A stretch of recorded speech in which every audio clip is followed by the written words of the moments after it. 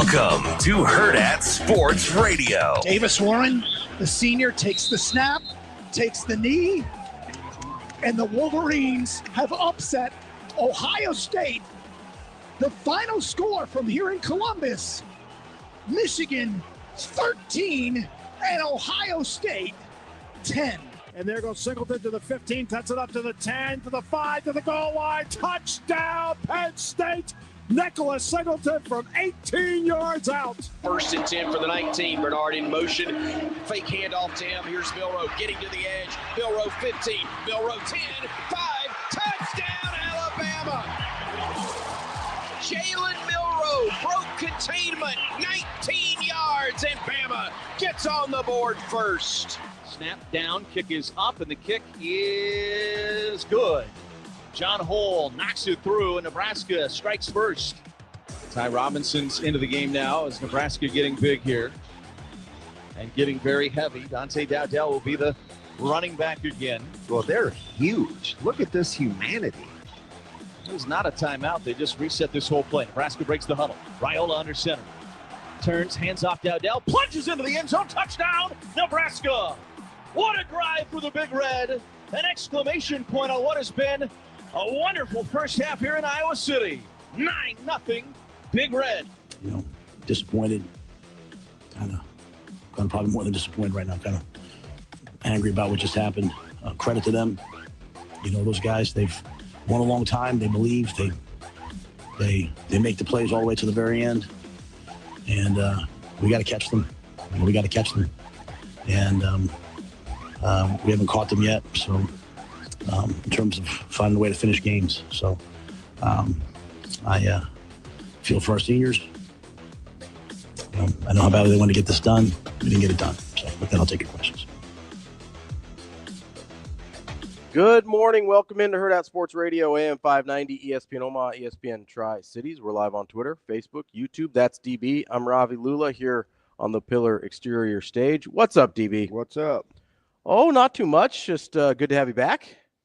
Was that gone? Just Friday. Oh, because you had to be in Iowa. Traveling. Yeah. Traveling like the circus. How was the, trip, results aside, how was the trip? It wasn't too bad.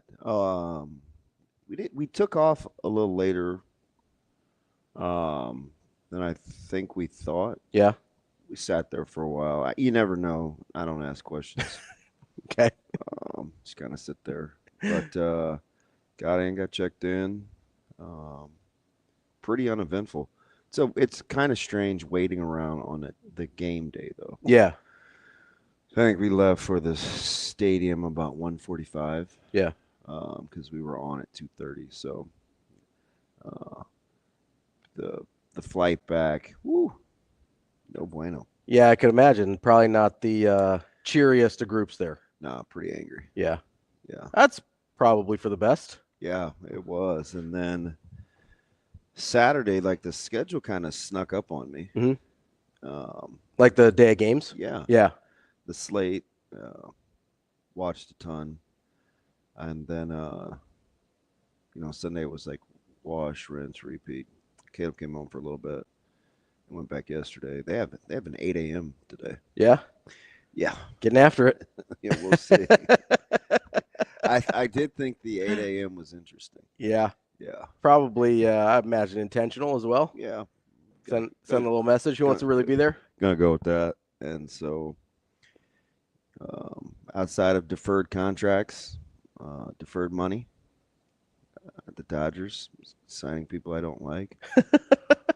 All right, Steelers doing Steelers things, beating the Bengals. Yeah, I mean, just a casual 40 burger. Just I was happy at the end because they won because it was Cam Taylor Britt, but I was pretty upset that first quarter. Yeah. Like, that's a gift. That's a flag. Feel free to call that. Just a little bit of a minor misdemeanor assault there on that pick six. Man, what were they looking at? And I immediately thought to myself, because of the weekend, here we go. Yep. Yeah, because, I mean, you got to look at a game like that was played Friday. Mm-hmm. And I would say, oh, man, you'll almost never see that again. But that's not true. I've seen that movie. Although the 0 of 10 on third downs and only the 5 first downs. So that's where I keep coming down to, right? Because I'm like, we've kind of seen this before. Nebraska's outplayed people and then found ways to lose the game and whatever. But this was, even for Nebraska, pretty unusual because there was you're literally talking about 2 plays. Oh, yeah. You're talking about was it touched, was it not touched on the punt?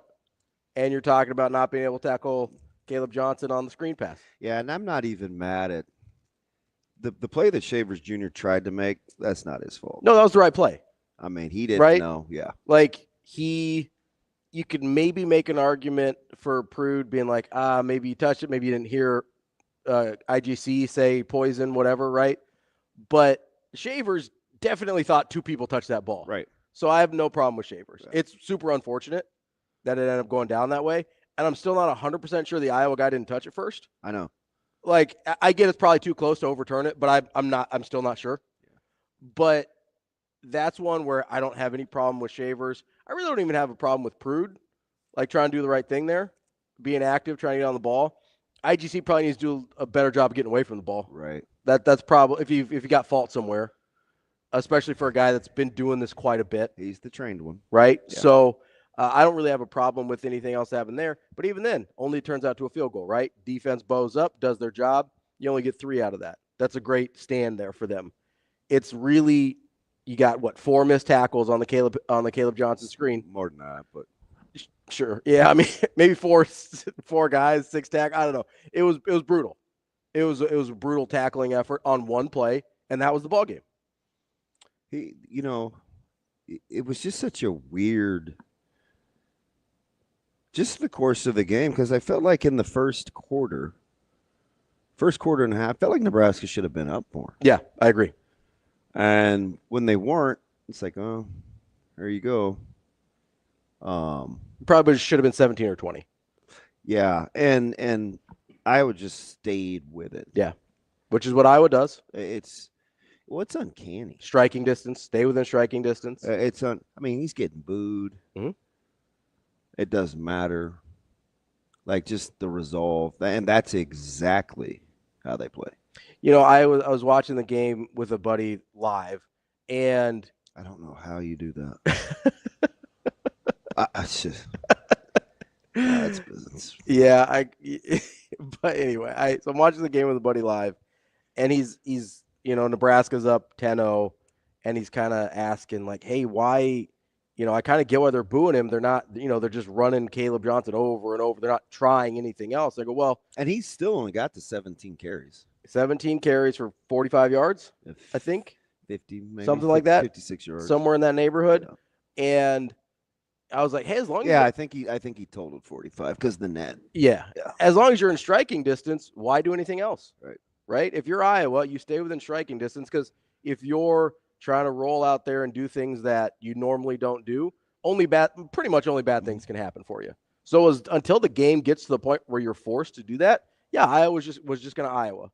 And Nebraska led them by not extending that out 17, 20 points before halftime, where they definitely could have. And it was as soon as EJ put the ball in the carpet and got it back, B-Mac kind of looked at me and it's like, man, we're in trouble. Yeah, it was a little strange. The vibes were a little strange when that started happening. It was just, we can't take care of the ball in the pocket again. I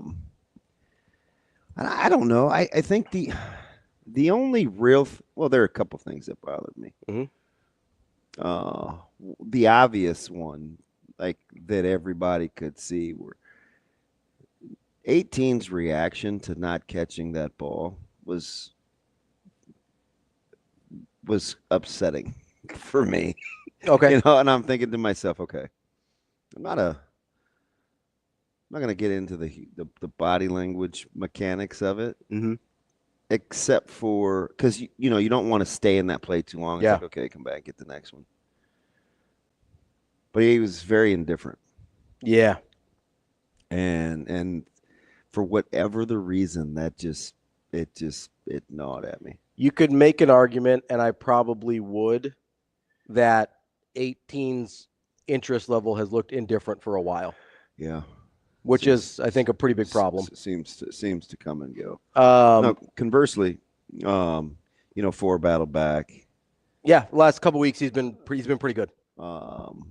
obviously Effort certainly there. The reemergence of Borkature. Yep. I think Fedoni responded well. Got Lloyd out there a little bit, especially early. So there was some good. Yeah. That first ball to Lloyd. Yeah. Yeah. That's got to be 6. Oh. I mean, that's got to be 6. I loved a lot of the concepts against that coverage. Mm-hmm. They had a lot of opportunities. They did. A lot of opportunities. They did. And it was just one of those. The whole thing started funny with how just the taking of the field when the team first got there. Mm-hmm. And there's so much back and forth. I don't know if people understand. Yeah. Like I think they just kind of react to be reacting. But when Nebraska gets there, mm-hmm. there's typically no one on the field. There were 4 or 5 guys from USC. Mm-hmm. 4, 5, maybe. So whatever, the one guy's upset, comes in the group, whatever. Mm-hmm. The rest is message board fodder. Iowa City, there's no one out there. Not a soul. Yeah. Not a single solitary soul. Except for sheriffs. Mm-hmm. Deputies. I don't know if I'm saying that right. Some type of law enforcement. Yeah. And when Nebraska came out there, because the stadium was nobody wanted to be out there any earlier than they had to. Trust. Yeah. So it was slim pickings. So they kind of made him go around. Yeah. I thought it was weird. I'm like, a little strange. Well, somebody would have to tell me why. Seems unnecessary. Somebody would have to just tell me why. And like I'm not. You're open to it? Yeah. Yeah. Like I wasn't like, ooh, I'm mad. But without additional information, you don't have a good reason. But it has bothered me over the last couple of years that this has become a thing. Like I just don't. And so so sometimes people will say, well, why can't the opposing team go someplace else? Like, why should they have to? Yeah. Yeah. No, I'm serious. I don't have a good reason. I really don't. I watch team after team do it. That's almost the first thing that they do when they come out is they meet somewhere near midfield. Mm-hmm. It doesn't have anything to do with the logo, except that the logo's at midfield. It's just that I watch Elkhorn. So I like teams do it all the time. Yeah, it's just what people do. And especially with nobody out there, I really didn't get it. Yeah, if it's not interfering, who cares? So Nebraska went and did their thing. And then on the way back, the players went in. And so it's just Coach Rule talking to law enforcement at the middle of the field. Mm-hmm. And I have no idea what was said. Yeah.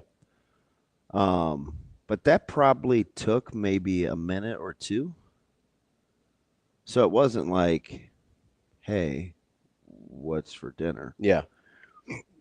But clearly was something was said. And I'm sure he felt some type of way about it. But I don't think, and I'd have to ask him, I think if you asked him, and this is like the fake outrage from the handshake thing is driving me up the wall. It ate at me all week. Yeah. Because they clearly you should just shake hands. Yeah.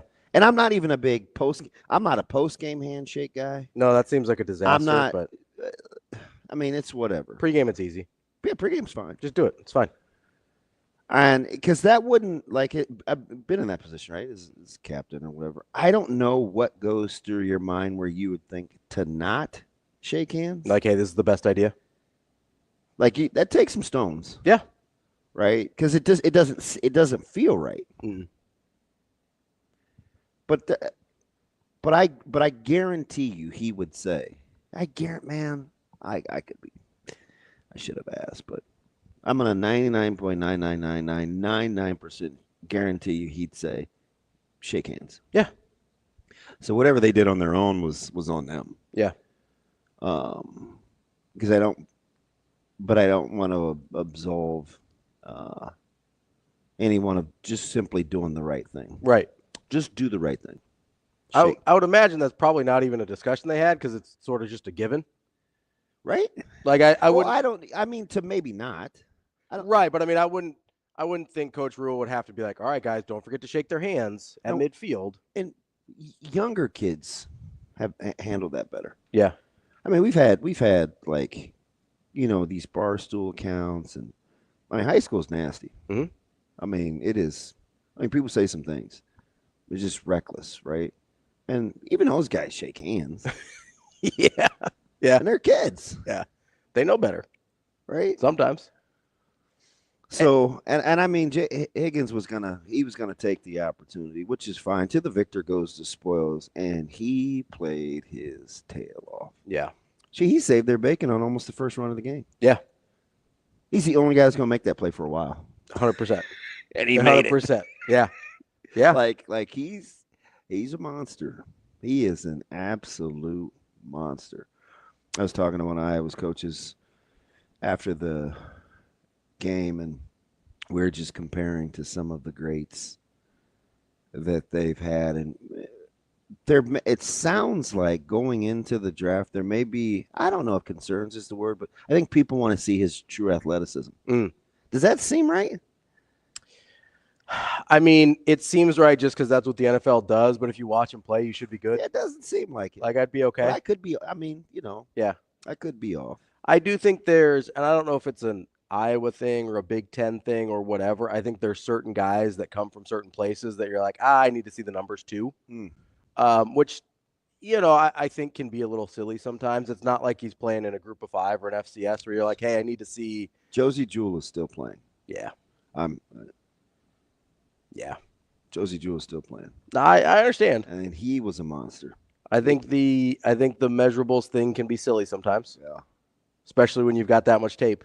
I remember I wanted the Steelers to draft Campbell. Yeah. He's still playing and playing well. He's been playing a very long time. Well, no, I think Campbell's only – is this year 3 for Campbell? Is it all? Maybe. I thought it was longer, but time has no meaning to me anymore. They're all the same. Yeah. I would say it's kind of close. All those guys are the same. I watched it's trying to steal a few pregame drills. Mm-hmm. They're all the same. All the same. But I felt like Nebraska's offensive line was outstanding against that defensive front. Yeah, I mean, there were a couple high-profile lapses. Obviously, the strip sack at the end was one. But, I mean, 90% of that game, maybe more, the offensive line. Just kind of felt like those edge speed rushes were going to get there at some point. Yeah, you could tell it was a challenge for Nebraska to stay in front. Yeah. And for the most part, they did a really good job. But there is a point when you're having that much trouble with a speed rush or with speed of any kind, you cannot miss a beat. Like, you cannot not be locked in for half a second. Otherwise, that gets on top of you in a hurry. And that's kind of what it seemed like happened to Ben Hart on that strip sack play. I did want to, before we move on from all the nonsense outside of the game, I just did want to clarify here, because I believe you've told me this before. I just want to make sure. Matt Rule does that lap around the field every single game, right? Yeah. Because there was this whole hullabaloo about him walking through Iowa stuff or whatever. Which I never saw. I didn't either. But it was very much present on Iowa Twitter. See, and the things. So the real frustrating, like, I'm just going to land the plane. Mm-hmm. The real frustrating thing of it all is we keep talking about things that we want to have something to do with like Higgins didn't play any harder because he felt disrespected. No, he played hard because he was going to play hard and he's going to play hard. They're going to play hard, and they win those kinds of games, and Nebraska loses them. Yeah. So what we do is we try to find ways. We're trying to find reasons. Yeah. Hey, just play better. Yeah. I mean, that's what Coach Rule said about 100 times. We got to be better. Like, it's not a handshake or not a handshake. It's not. No, you know what it is? It's protecting the football. Take care of the ball. It's hitting guys when they're open. Tackle. It's tackling any of the 5 times you have an opportunity to bring Caleb Johnson down. Just do that. And you do what you want to do. Catching the ball. You do what you want to do. It was just the whole thing. So because I keep saying, it's like, I can't believe this is a thing. Like, who cares? You're going to have to play ball anyway. At some point, yeah. That's kind of what it comes down to, right? Like, at some point, you're going to have to play ball. You got to play ball anyway. Yeah. We saw it with Now, it's different after the game if you want to go plant a hammer or a flag or whatever on somebody's a lot of nonsense this weekend. That's different, Mhm. right? That's intentionally trying to be disrespectful. And if you want attention, you're going to get it. Yep. I don't think anybody wanted any attention pregame with an empty stadium. But the problem is when you don't play better, then it comes back. Then there's just fake outrage. Yeah. Well, and there's it's what it is. Yeah. It's just exhausting. It's like we're searching for reasons for things we don't understand. Of how a team that doesn't convert a third. Now I've seen some 1-fers. Yeah. 1 for 12s, whatever. Nebraska's got opponents to 2 of 13s. Yeah. 2 of 12s. But 0 for 10?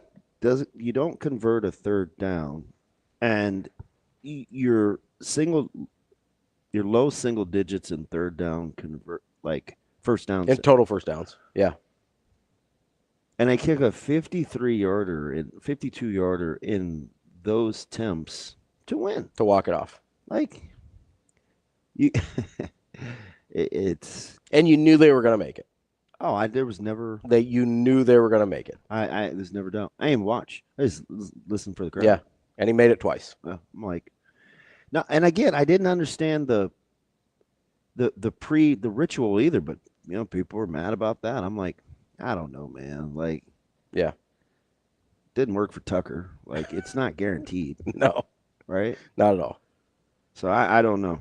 Can I ask? I don't want to harp on the Nair drop too much. But do you have any idea what happened there?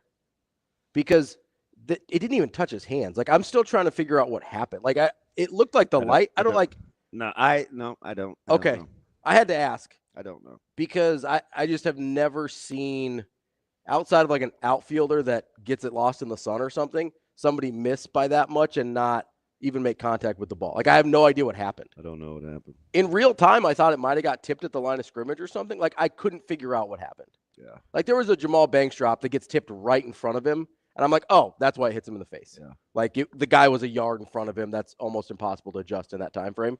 I saw it on the replay. I was like, that makes sense. Not a bad drop by Jamal Banks, just the way it was tipped, right? Mm-hmm. I thought something else had to have happened on the Nair miss. Like, I couldn't figure it out. And I still can't. I got nothing.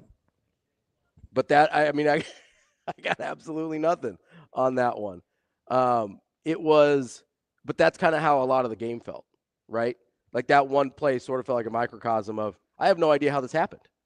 I have no idea how you give up 5 first downs, you don't give up a third down conversion the entire time, and you sit there and you go, well, maybe it was the handshake, right? I think it could be. Stratton completed 8 passes. The entire game.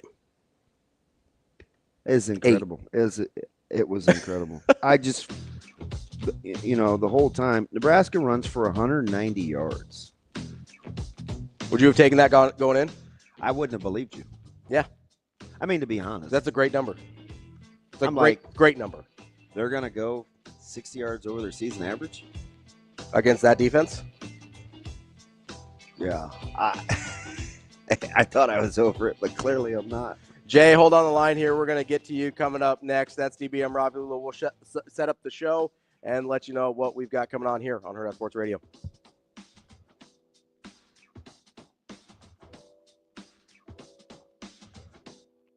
We will be back.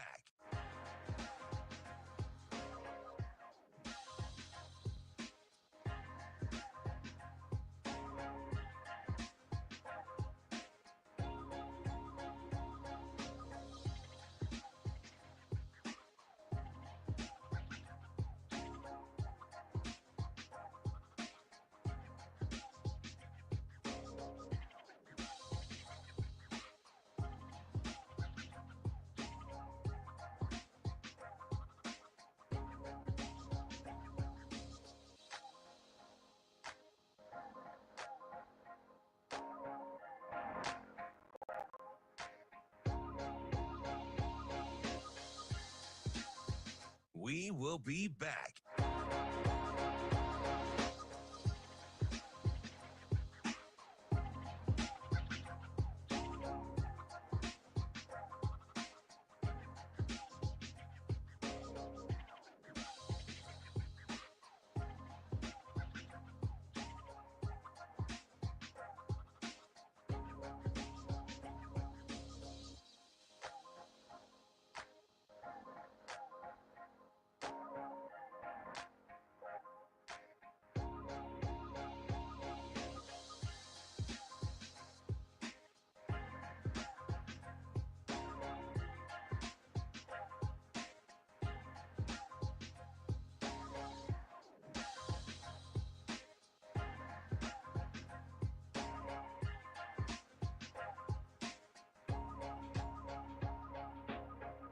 We will be back.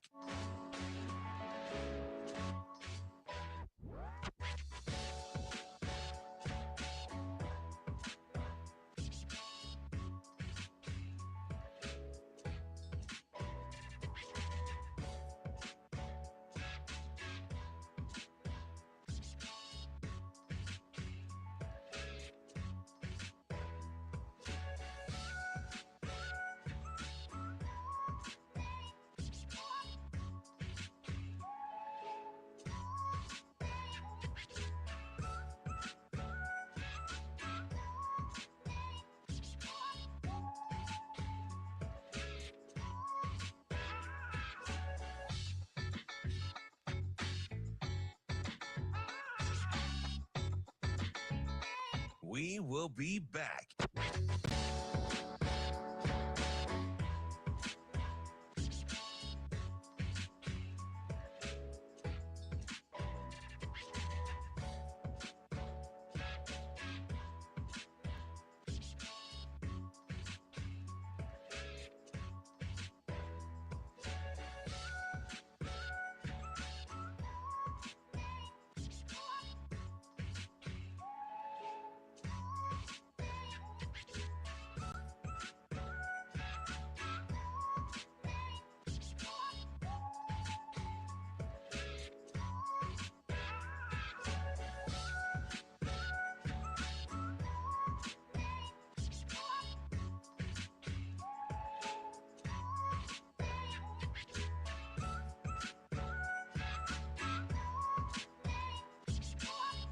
We will be back.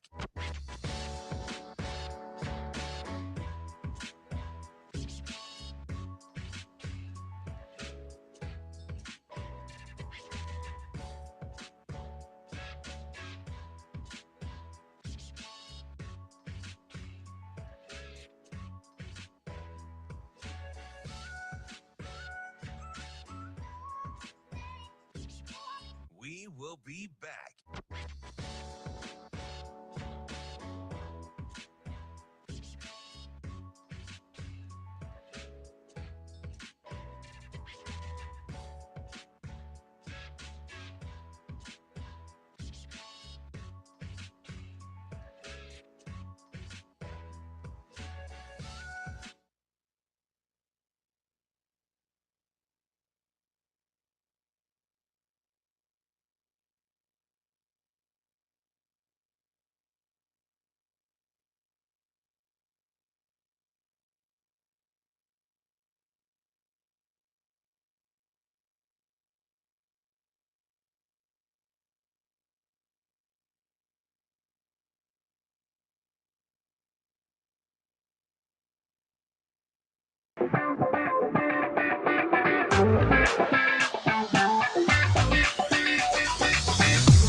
You're listening to Hurrdat Sports Radio. No, we just gotta get better. Honestly, at the end of the day, like they won the one-on-one matchup. Like they turned the corner and beat us. We just gotta get better. It's 5 minutes left, whatever it was. Dana calls 2nd and 1. I'm used to call running the ball there. He calls a play action pass. We drop it. We just gotta get better. I'm not. It's not like we're not doing the right things. We had some opportunities even in that 2-minute drill, but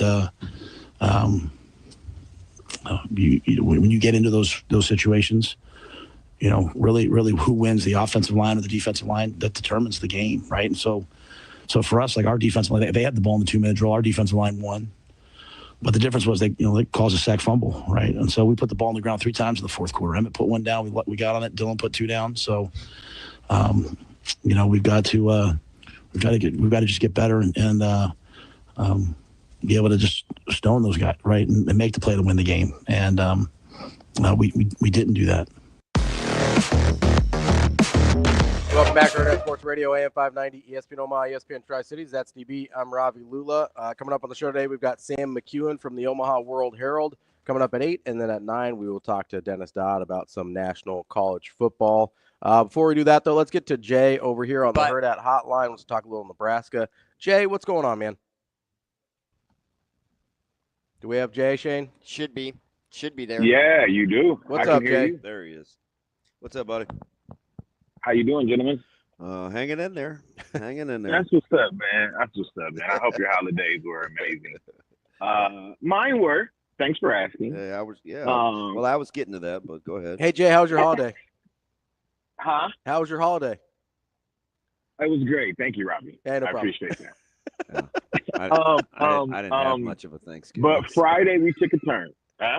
Took a little bit of a turn Friday evening. Okay. And let me say this, man. I want to be positive. One thing, I was so excited about getting to a bowl game. You know what I mean? There was not anything that was going to kind of knock me down a little bit. Getting the 6 wins, I think, is very, very important for the program. I think it's going to yield fruit that we won't even be able to imagine. So I'm excited for that. But I will say this, man. What happened Friday night, in reality, is like, to use an analogy, it's like your nerdy cousin, man. Your nerdy cousin that you look at all the time. You don't understand why he does what he does, right? But he always just consistently ends up in the right place at the right time. You know what I mean? And Iowa to Nebraska is that. Like, they have been doing this little nerdy thing that no one likes, no one understands except the people that live in Iowa that wear yellow and black. But for years, decades, it's been working. While we're the cool cousin, we got all the new, fancy clothes and shoes and all that stuff. We think we're cool, but in reality, your cousin with the skips on is really doing what he's supposed to be doing. While it's not flashy, no one can see it or ever even recognize how, good it is because it doesn't, produce the fruit that you're normally used to seeing, yet it is consistent. Yet when young men come to that school, they grab this mentality. And I saw that in like some of the press conferences that I heard these young men talking. Like, it's a mentality. We don't care if we score 4 points. You just gonna score 3. Doesn't matter if no running backs ever make any of the postseason award stuff. It doesn't matter. What does matter is I come here, I become a man, right? I play like snot-nosed, hard-knock football, and we win tough, hard games. And that's what we're going to do. You can be as flashy as you want to. You can get all the top 4 and 5 recruits. We're going to take 2s and turn them in to 4s by the time they live here. And they're going to be a great men. And out of all of the Midwest states, Nebraska, South Dakota, North Dakota, Iowa included, we in Omaha think we're the coolest. And the Iowa cousins always laugh at us because they know you'll never be Chicago. You'll never be Kansas City. You will always be Omaha. So they look at us weird when we try to act like we are, bigger cities. But you know what? I love my city. And I love my Huskers. And we're going to remain positive. But I will say this. I am positive that Matt Rule is going to ensure that our dorky little cousins do not make us look bad on the holiday ever again. Okay? Yeah. We got to beat Cuz because in reality, Cuz is laughing at us every day. So we just have to get over this hump, right? To the fact that we know what they do. We know people outside of these 4 states know that we're all the same. We're all cousins, right? We just got to act like we know who we are. So we have to bring guys in to and help them understand the mentality of what it means to play Husker football so that when they leave here, they're great men and they have, gained more than just a degree, but gained the opportunity to become men and great people in life. So that's what we have to do. And for the last 20 years, we haven't been able to do that. But prayerfully now we have Matt Rule. If we give him time, we can build something like our dorky cousins. All right? Yeah. That's all I had to say, man. Appreciate Have it. a great day. Appreciate you, Jay. He said something there that kind of set off an alarm bell in my head that I hadn't really thought about, although it's pretty obvious now that I'm sort of going through it. When I say, Iowa plays Iowa football, you know exactly what that looks like, right? Yeah. If I say Nebraska needs to play Nebraska football, do we know what that looks like? We saw it. In what sense? I don't know what part of that you're not understanding. Like in the negative sense? Like yes. That's right. But I mean, if you're trying to use it as like a positive identity for the program, we don't know what that is anymore, right? You can't. Because it's been a generation since that's been a thing. I mean, I'm open to discussion. No, I know that's my point though, right? You clearly know what it looks like. Which is why, like, I know people have gotten people were getting super frustrated, especially Friday night, Saturday morning after the game. And I get it, right? But, and I think I was talking to, I can't remember who I was talking to. I was talking to somebody, though, that was telling about, like, hey, Nebraska isn't, the difference between what Nebraska happened in Nebraska on Friday and what happened with Iowa on Friday was that Iowa has been doing this for 20 years. Mm-hmm. This is who Iowa's been for maybe long, 25 years. When Ferentz took over in 99, call it 20 to be conservative, since they kind of turned it around, although 02 was their first really good team with him. They've been doing this for 20 years. They know this isn't just, Kirk Ferentz is better at this than Nebraska, and Iowa's better at this than Matt Rule and whatever, right? This is who Iowa's been for 20 years. It is ingrained in their DNA, the same way it used to be ingrained in Nebraska's DNA. This isn't just year 2 of Matt Rule. This is an entire generation of Nebraska football that doesn't have an identity and doesn't have that thing that Iowa has. Like, if you want to see the difference between Nebraska and Iowa, that's what it is. Iowa knows exactly who they are, and it's a positive. Currently, who Nebraska is not a positive. And that's why, people are like, well, you see Indiana have these quick turnarounds and whatever and all this. Why can't it be faster? That's why it can't be faster. An entire generation of Nebraska football has been lost without an identity. Well, I think the identity has become, because it's all we ever talk about is they can't win close games. Right? So we keep saying they can't win close games. They can't win close games. Iowa, conversely, says it's a close game, we'll win it. Yeah. So, we clearly know what it looks like. Nebraska had the lead in the fourth quarter against Illinois. They lost. They had the lead in the fourth quarter against Ohio State. They lost. You're halfway through the game in SC in the third quarter. You're up. Mm-hmm. You lost. And you blew a 10-point lead to Iowa when the game was tied going into the fourth quarter. That's just this year. Mm-hmm. That's just this year. This is more math. So Nebraska's led in the second half, I believe, and have led in the game in 12 of 20 of Coach Rule's games. 12 of 20. Yeah. I don't know if that means, defense has to protect leads better. I don't know if that's offense needs to make a couple more plays. I don't know if it's a couple of both. But why did you wait till Friday to have a poor snap on a field goal? Yeah. It was an amazing job just getting the hold down. And that wasn't even close. It had been fixed for weeks. So what is that? That is, you know what I mean? That's what Coach Rule's talking about. I'm glad he said it, and I didn't hear that part because I probably was on the way down after fifth quarter, the post game, because we send it. We got to pack up and get out of there. I didn't hear the part about the 3 balls on the carpet in the fourth quarter. That's why I said in the open, stop doing that. Yeah. And you know what? That has nothing to do with coaching. Stop doing that. It's nothing to do with coaching. It's just. I do have a question for you when we come back, though, because Shane played the cut, and he was talking about Iowa winning their one-on-ones, and you just got to be a little bit better. And I want to dig into that a little bit because I think we hear that one way, and I don't think it's what he means. Yeah. So we'll get into that as we wrap up hour number 1. That's DB. I'm Ravi Lulla here on Hurrdat Sports Radio.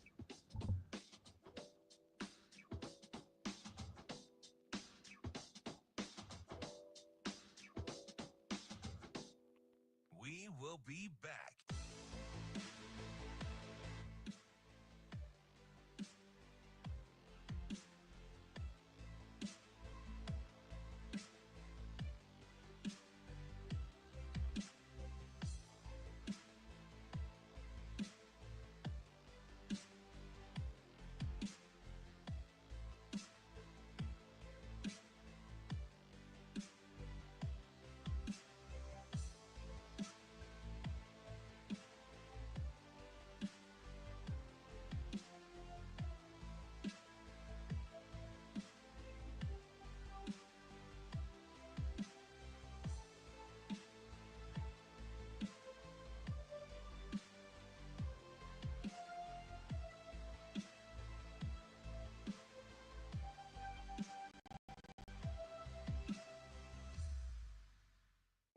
will be back.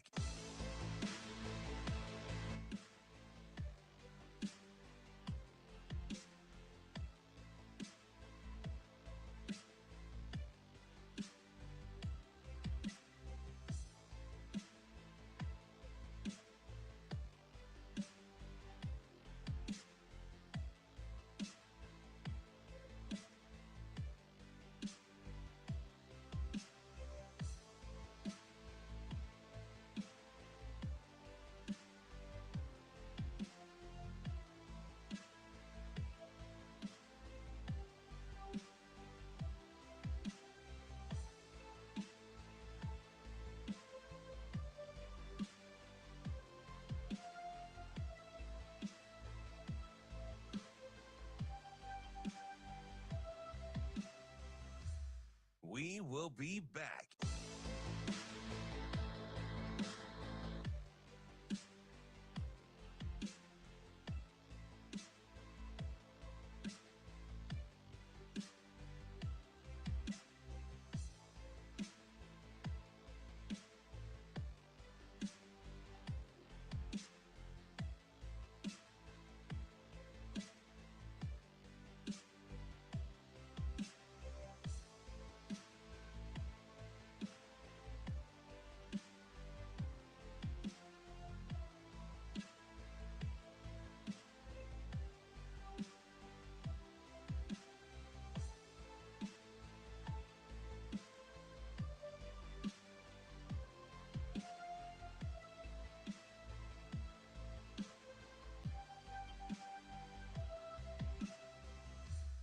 We will be back.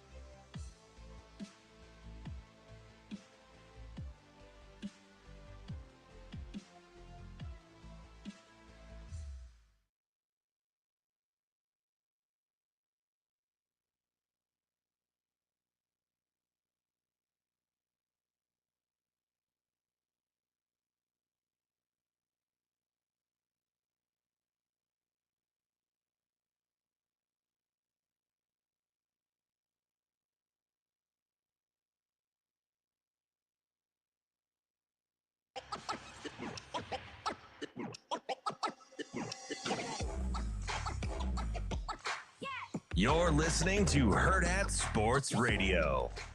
Yeah, Mitch, it should probably bother people for a little bit, right? It should probably bother some of those young players for a little bit, because what I don't want us to do is play. Going back to your earlier question, I don't want us to go out there and play not to lose, because afraid to lose is afraid to win.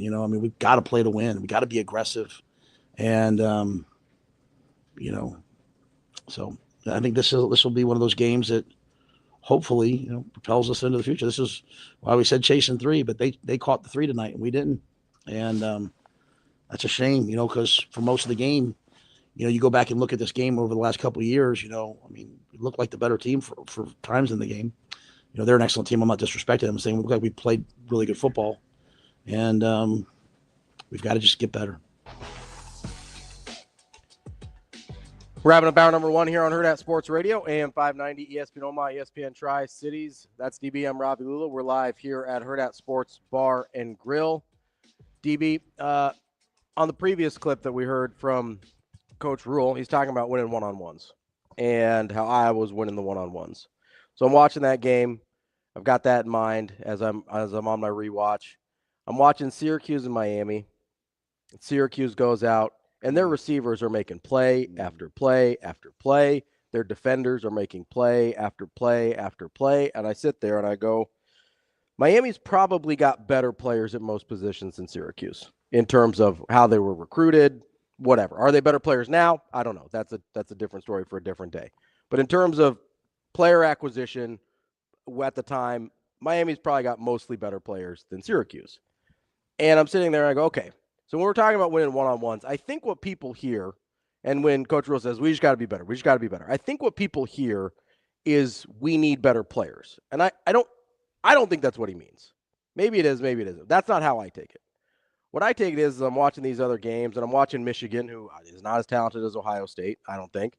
I'm watching Syracuse, who I don't think is as talented as Miami. I'm watching Iowa, where a lot of positions I don't think they're as talented as Nebraska. And I go, it's probably not about talent, what he's talking about. What I hear him saying, and I don't know how you get from talented or whatever level of talent you have to the ability to make plays, but what he's talking about to me sounds more like competitiveness than it is talent. And I don't know where Nebraska missed that ingredient at some point, and I don't know how they go get it. But to me, when I hear that, that's what I'm hearing, is why don't these guys just fight harder? I mean, you could convince me. And I don't know for sure. Because I don't think it's better players either. Now, is it competitiveness? Maybe. I really don't know. But what I do think is to that point, they need a bloodletting. You know what that is? Yeah, it's an old school method to get rid of infection. They cut you open and let out the. That's the term that I think of. They need a bloodletting from, players to staff to across the board, and it needs to center around what I talked about a month ago. This is why I'm going to hop on it, because you used the word competitive. I said, play the guys that are the most competitive. You can teach the rest. Right? Like, just start with that basic, simple premise. Then you supplement talent. Sprinkle it in. Not supplant, supplement. It's different. Yeah. Because the core of what you want to be in any competitive arena better be competitiveness. It's what gives you a chance. Right? And it always. You will always have a chance. Sharon Moore walked onto the shoe blowing kisses. This is what I just said. Yeah. Was blowing kisses. Yeah. He's competitive. Yeah. Come heck or high water, they were going to compete. And I don't say that like Coach Rule and that staff isn't. What I'm saying is, what drives me crazy about all this pregame BS that everybody gets is just the fake anger. It doesn't have anything to do with playing football. Yeah. It doesn't. And so, like, the only reason it's a discussion, and shoot, like, I'll own it, right? Maybe I shouldn't put it on Twitter because people don't even really know what I'm saying. What I'm saying is, here we are, another week of nothing being something. That's basically what I'm saying. Right? Can't believe this is a thing. Like, just walk out there, do what you're going to do, go back inside. There should be nothing wrong with that. Yeah. We can't even handle that. Yeah. We can't even handle that. So that's the 4 players at SC. That's the sheriffs in Iowa City. That's the players at Nebraska. That's the coaching staff. Just mind your own business. And if everybody would do that, this wouldn't be a thing. Yeah. It just wouldn't. Right? And that's different than the handshake or the no handshake thing, right? Just shake hands. Yeah. You know, the only reason the handshake thing bothers me at all is because it feels like a fake tough guy move. Yeah, I mean, I could see that. Like, and I think so. I think, but I'm not into one of those. Well, it just seems disrespectful. I don't care about that. Just do the right thing. Yeah, because that doesn't. They seriously need a bloodletting. Yeah, I'm telling you. And then what you need to do is reward competitiveness. Yeah, we started to see glimpses of it late. But I even mean that with the staff. Like, you need a competitive staff. You should want your position group to be the best. You think that's one thing they missed with Evan Cooper? Yes, I do. Hyper competitive guy. I do. And he would let everybody else know around there that they weren't about that life. Yeah. And he kind of like talked them in. There are a couple of receivers that are going to leave that, like, I'm sure have never gotten over the Coach Cooper effect. They would whip them in one-on-ones, and he'd let you know about it. Yeah.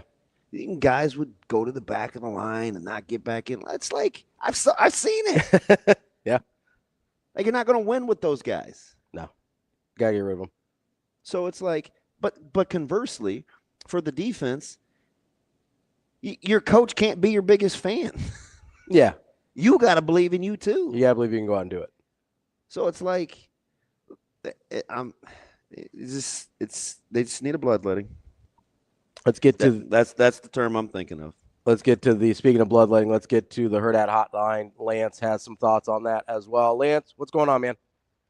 Hey guys, I'm all for the bloodletting. I think with this major roster reset coming up, that we have the opportunity to get rid of finally some of these people that may be tied to maybe a different mental mindset than the one that Coach Rule brings. And I think that has to start somewhere though with Coach Rule and his thoughts on his staff. I think there are some guys, if you've watched just since Dana got here, some of the rooms where you can look and see like, okay, so competition must be winning there. And we must be playing the guys who are competing the most. I mean, you look at tight end, maybe you look some at running back, and there are some other examples.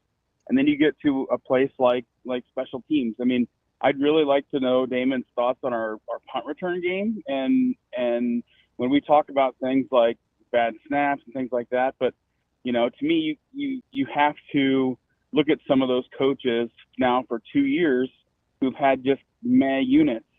And when you look at Rule as a CEO type, and then you go look at another guy who I think is a CEO type that I have been really hard on, and Coach Prime, 2 games above 500 over there. He's out there talking about getting a kicker in the portal who is going to give him touchbacks. I'd love to see some of that from our team here, where we go and we really try to help some of these areas that have been deficient. And who cares about a handshake? I mean, people that are really worried about a handshake just don't seem to understand the problems that are going on there right now. Yeah. Lance, appreciate the call. I do think they will try to get better. Yeah, I mean, special teams. Nothing's off limits. Yeah, I mean, we saw that with the Holgerson move. Nothing's off limits. Nothing's off limits, which is, I think, encouraging. Let's get to Brian here, also on the Hurrdat hotline. Has some thoughts. Brian, what's going on, man? Brian, what's up? B, you there? Hey, fellas. What's up, buddy? Yeah, I'm here. Yeah, I'll be real cool. I'm listening to you guys, and I hear what Ravi said earlier about Iowa's been Iowa for the last 20 years and Nebraska been what they've been for the last 20 years. But I will refute that by saying Indiana this year hasn't been who they are this year the last 20 years. So I kind of don't agree with that statement right there. What I will say is, hey, Rule, to me, doesn't look too good going to the portal the last 2 years. I'm not even going to name the players, but if you look at them, some of them haven't really performed too high. So I think that needs to get better. Yeah. I'm not liking what he's bringing here in the transfer portal. I haven't seen any results out of any of them. And number 18, who you're bringing up, I rest my case on him. I said what I said about him weeks ago. I don't care he's a freak. I want a wide receiver at wide receiver. I don't care about a freak if you can't catch. That's all I have to say. Brian, appreciate the call. Coming up next, we're going to talk to Sam McKewon from the Omaha World-Herald. That's DB. I'm Ravi Lulla. We've got more Hurrdat Sports Radio coming up next.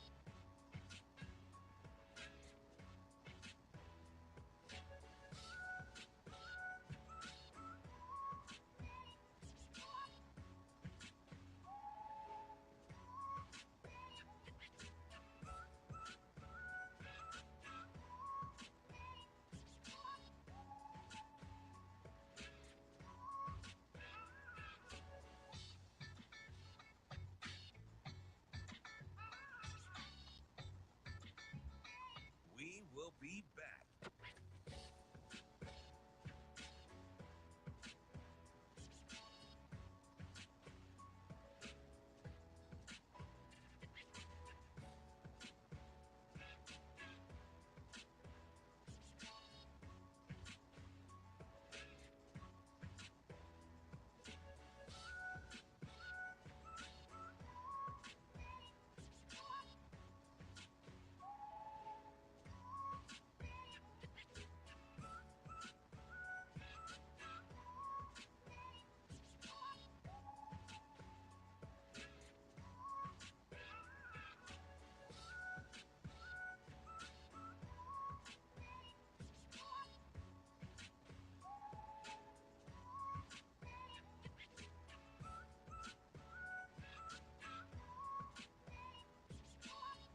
We will be back.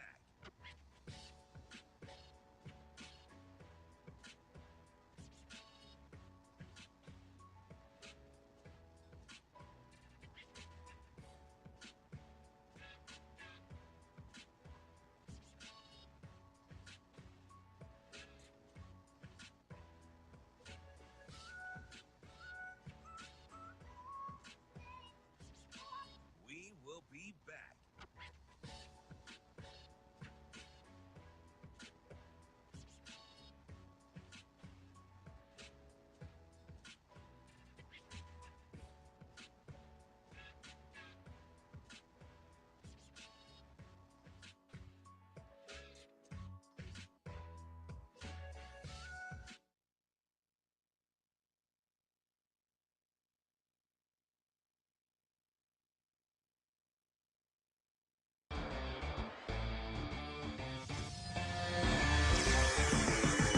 You're listening to Hurrdat Sports Radio. Here is the sports editor for the Omaha World-Herald, Sam McKewon. That's fine. That's fine. That's fine. Sam McKewon.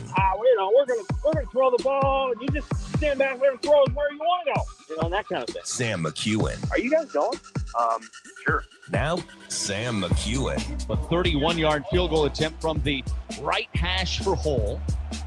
Out of the hold of Buschini. Snap down, kick is up, and the kick is good. John Hole knocks it through, and Nebraska strikes first. Kicking off hour number 2 here on Hurrdat Sports Radio, AM 590, ESPN Omaha, ESPN Tri-Cities, live on Twitter, Facebook, YouTube. That's DB. I'm Ravi Lulla, and we are joined now by Sam McKewon from the Omaha World-Herald. Sam, how are you this morning? Good, man. How are you? Well, we're doing all right. How was your holiday? It was all right. Yeah, I mean, obviously full Thanksgiving with 2 families, and then the big game over in Iowa City. It was cold. It was so cold outside at that game, and so that was good. Yeah, it was an interesting atmosphere at night. Really good crowd. Got to tip your cap to Iowa's crowd. I do think, based on what we saw Friday night, that may be another night game when it comes to Lincoln. It really might. Sam, does this version seem like the coach rule that was at Baylor that had once won 38 games when entering the fourth quarter? 38 straight when entering the fourth quarter. Not all at Baylor, but just his resume. Isn't that weird? Because that's a fact. And you look at Nebraska now over these last it's longer than him, but there have been 12 times that Nebraska's led in the fourth quarter in the last 20 games. Does that sound right to you? Yeah, it does. It does sound right. To have this record to show for it. Like, he's been better than that. Right. Nebraska has not. Well, he's been better at that. He's also been in leagues that weren't as good as this one. Yeah, but I think that's also part of it. I don't know, Sam. I guess that has to be part of it. So, but that doesn't have anything to do with the individual. It's more the conditions, right? Which one's the more portable? I guess is if that's your response to me.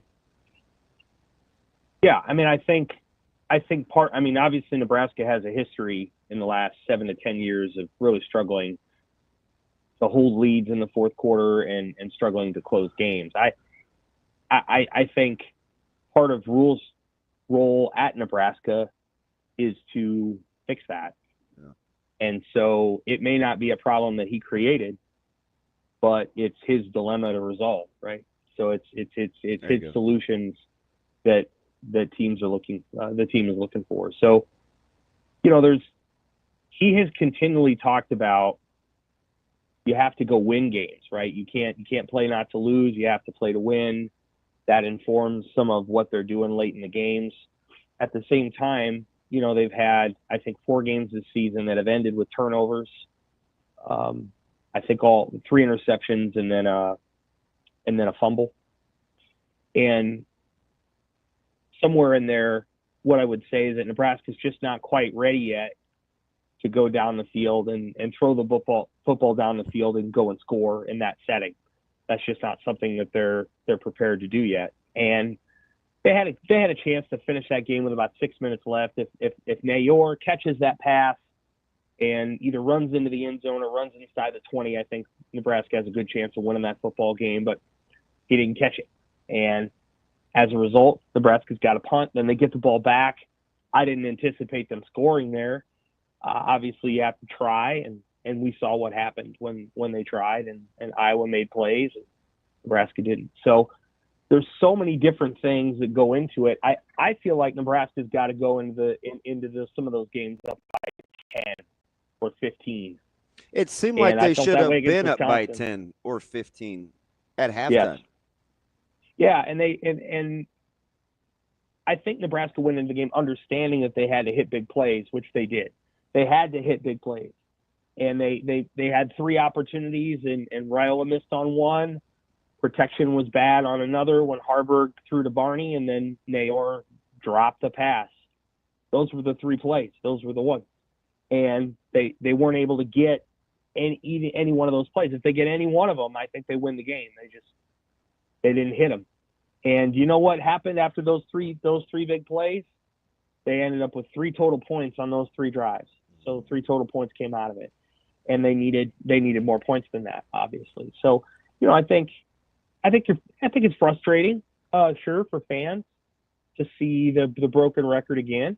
But at the same time, Nebraska, I think, knows what its issues are and can go about beginning the process of fixing those issues by locking up Holgorsen and working on some of the things that need to be worked on and just moving forward with the task at hand.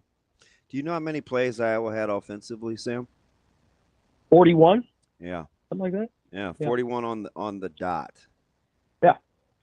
Not many. Do you know how many? But, Iowa's a big play offense. Do you know how many plays Nebraska had? 76, I think. 77? Yes, correct. Yeah. Of those 76 plays, do you know how many Nebraska put on the carpet? 5 or 6. 5. Yeah. I just don't like. Those are those things. Those are those things that I think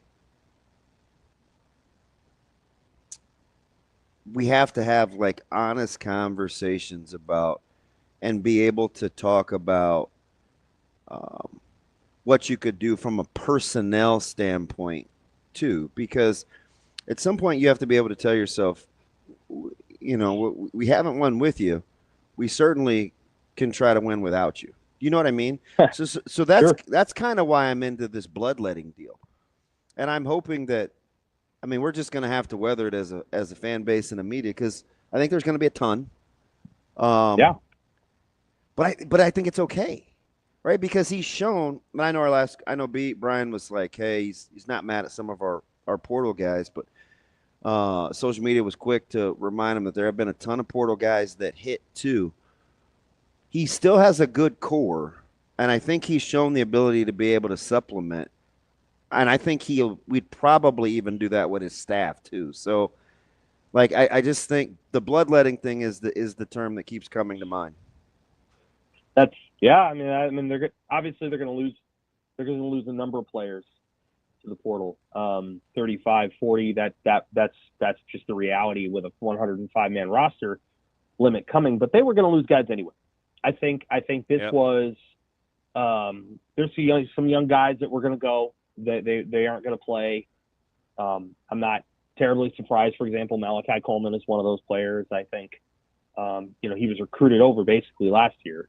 So, I think there's an understanding that there were going to be a bunch of young guys who were going to leave anyway. I think that I wouldn't say this was a 2-year experiment, because I don't think that's what I would, experiment isn't the word I would use, but I've already kind of written that Matt Rule's 2.0 has already started. When they hired Holgorsen, and they're going to be a different kind of program in year 3 than they were in year 1 and 2. And some of that's because, the seniors that you were doing all this for, they're going to get their bowl game, and then they're going to move on with their lives. And Nebraska is going to be more of a Rule. Most of the guys going forward are going to be Rule guys.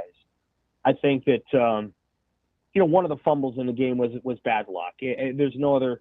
I don't really know. You talking about the punt return? Isaiah Garcia Castaneda. I don't know if he probably shouldn't have gone all the way up to the ball, but he made, I think, the right decision. He was not going to get to the ball, so he was going to fumble the punt if he tried to field it.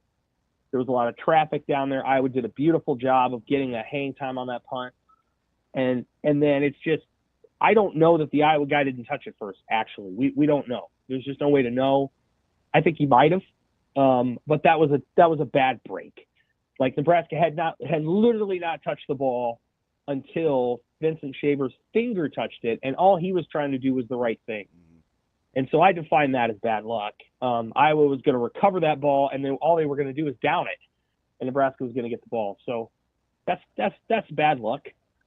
Everything else, though, you're taking kickoffs out of the end zone, and you're losing 5 to 6 yards every single time. You can't do that against Iowa.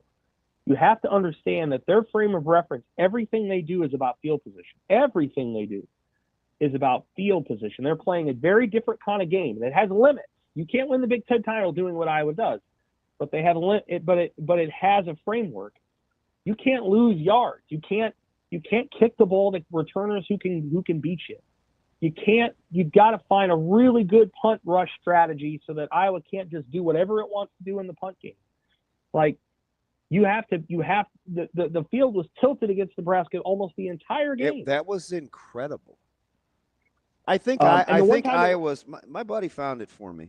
I believe Iowa's starting field position, Sam, was at the 39-yard line. The 37. Yeah, 36.8, and Nebraska's was 21.6. Yep. So 37 to 22. A lot of that was the punt.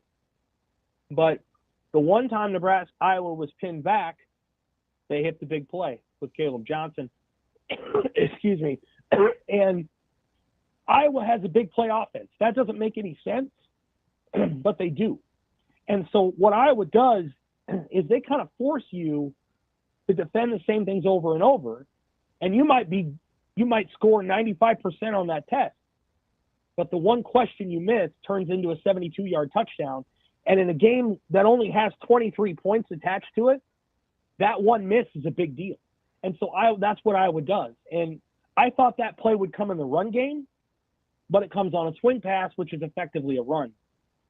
I thought Iowa would hit one of those plays, and I thought Nebraska had to hit one in return, had to hit at least one bomb, over the top. And if they did, they'd have won the game. And I think Nebraska knew it. I think they knew they had to hit those plays, and they didn't hit them. And I don't think that anyone in that locker room is surprised. They might be stunned that they lost the game. Sam, they but ran they're not 71 plays. Like, what? I don't understand why they needed a big play. You were 2 out of 3 in the red zone. You mean to get out of the bad field position? You showed you could move the. They were 8 of 17 on third down. They showed that they could move the ball to score a touchdown. Yeah, that's why they ran the plays that they did. That's why they brought Heinrich Haarberg in. You mean to score just to get on the board? Not that would be your preference. It was just you didn't see it matriculating any other way, or right? Okay. Yeah, I thought they would have to hit Well, or like maybe you throw a pass down to the 2 and then you score. But I'm just saying they moved the ball way better than I thought they would. They did move the ball well, but it doesn't add up to points. Yeah, no, I understand. Because they're having to drive 75 yards. Yeah. Just to get to that point, and then they're at the 10. You can't.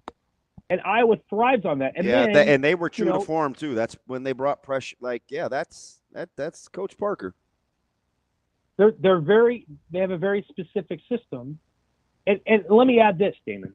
And I didn't write all this last week because there's just no time. Thanksgiving week is a sucky time to try to explain all this. But you trying to matriculate the ball down the field without a mobile quarterback, because Michigan State has a runner. Nebraska doesn't have a runner. So you can't get 15 yards from your quarterback on any given drive because you don't expect him to run the ball. And so do you bring Harburg in more? Do you try to get him going? The ongoing question that Nebraska is going to have to answer offensively is your quarterback doesn't run the ball. So you're losing 30 to 40 yards every single game, maybe more. In some circumstances, you're losing more. You have to replace that yardage with either the run game or a quick pass game or something else. And where quarterback run yards help is on drives like that. Like when you get in a jam and it's 3rd and 3, you can use your quarterback. Nebraska can't. They have to do it all the other way.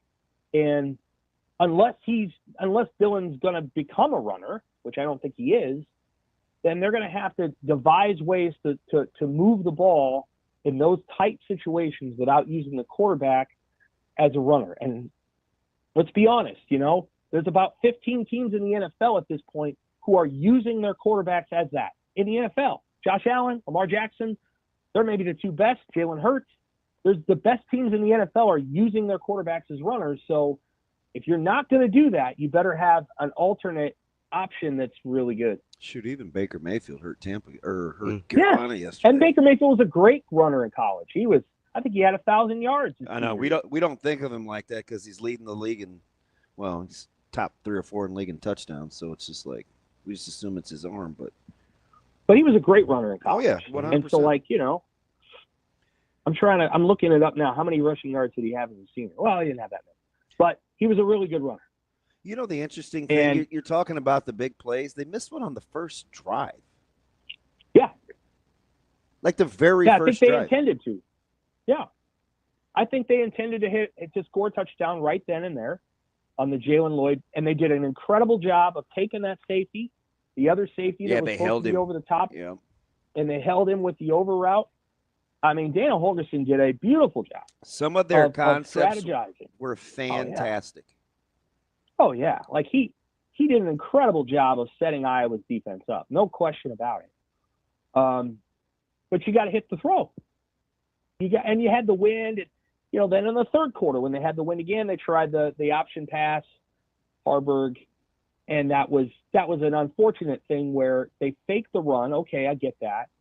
And Lutovsky's caught, I don't know, inside or outside, trying to help block a tackle, and they had an inside blitz, and he missed him. And so that's I think probably a touchdown. So those are the small moments. Nebraska knew they had to hit a big play, and they didn't do it. So I think a couple things as I'm listening to this. Number one, I think Dylan, his offseason will be pretty big for him. I think he's highly competitive.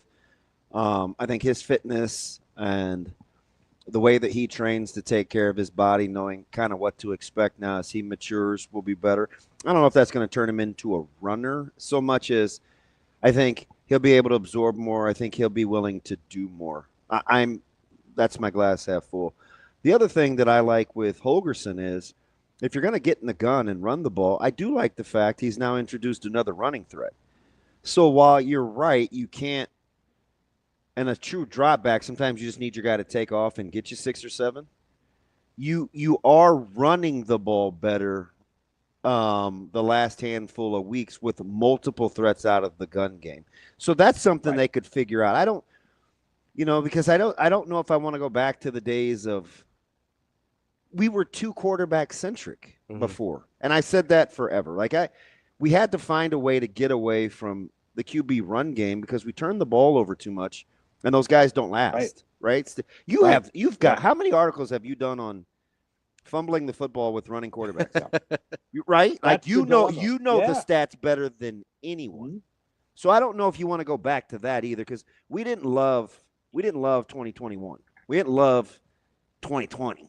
You know what I mean? Yeah, I don't think you need him to be Taylor Martinez. You need him to be young Jameis Winston in terms of how he moved, right? He's only got to do it 3 times a game. That's what I mean. Like Jameis Winston, you don't look at it like, hey, that's in my opinion, that's a mobile guy, but that's a dude that would take off 2-3 times a game, get 8 to 12 yards, and it completely changes the dynamic of the defense, right? But you don't watch Jameis Winston run and you go, that's an athlete right there. Like, that's not a running quarterback. I think physically it's a big offseason for Dylan, in my opinion. Just to be able to absorb, building your body up, trimming down a little. Like,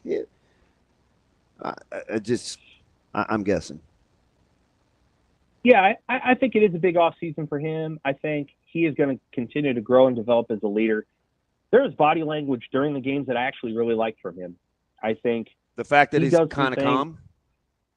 Yeah, that, and then but he also knows when to. He also knows when to. I think he's making the first down signal so that the coordinators know, hey, we got a first down. What are we doing here? Like, I think he has a pretty good.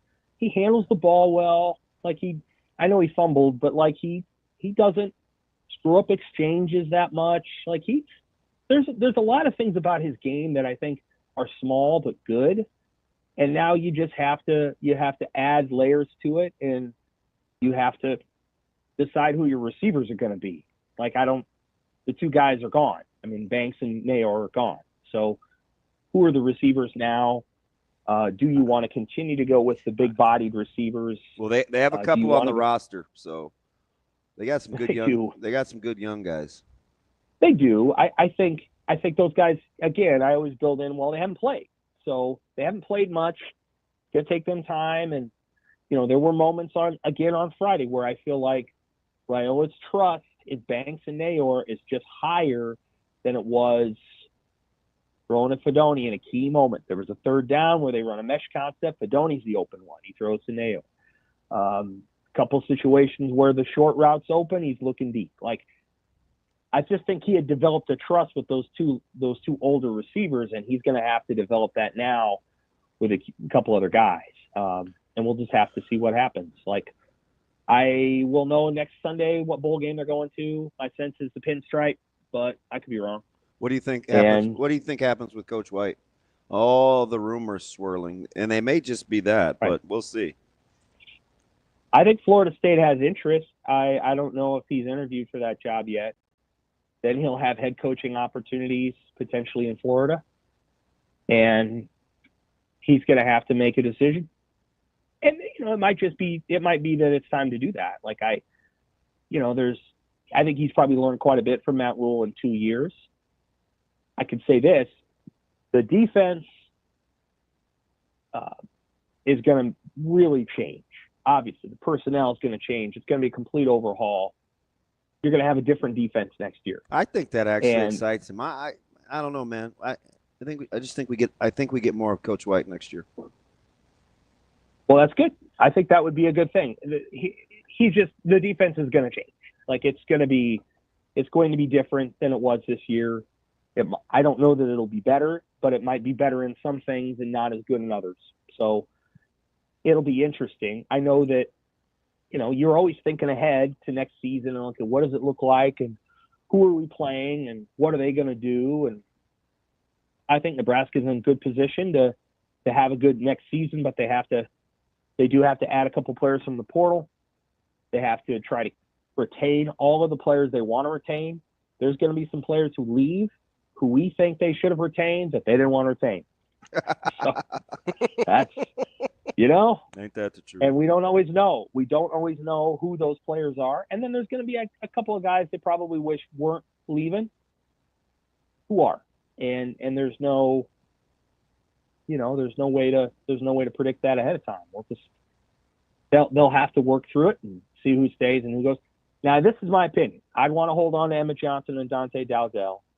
I think they do, but I think those guys have shown enough that that's a decent 1-2 punch. And then you can bring in a Jamarian Parker as a recruit and Mekhi Nelson, who's redshirting this year, and see what you've got with that room. Now they're going to have to assess whether Emmett Johnson and Dante Dowdell as a 1-2 punch showed enough in the last 3 games to put Nebraska in position to not have to add a running back from the portal. That's going to be one of the key decisions that they make, because if they add a portal back, they're probably going to lose a back, and we'll just see what they do. What would you do? I would keep that room. Running back would be down the list for me. Okay. I like Me Parker. too. I like Parker quite a bit. I like Mekhi Nelson. Dowdell and EJ are fine. Running backs would be down the list for me in the portal. Me too. And I wouldn't have said that a month ago, but I'm saying it now, that I think they've come far enough. And Barthel deserves some credit for developing them in the last month or whatever was going on. They've come far enough that I think you can roll with that room, but we'll see what they do. That's Sam McKewon from the Omaha World-Herald. Sam, appreciate the time. As always, we'll talk to you next week. Thanks, Sam. All right. Yep. That's DBM Ravi Lulla. More Hurrdat Sports Radio coming up next.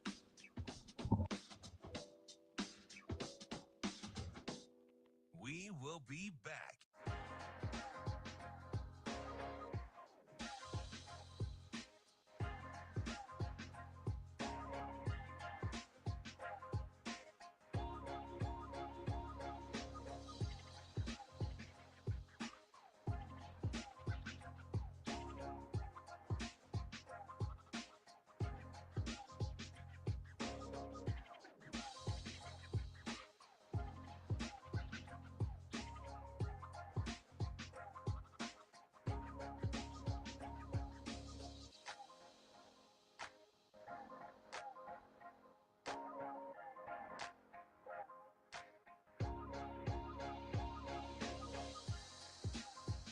We will be back.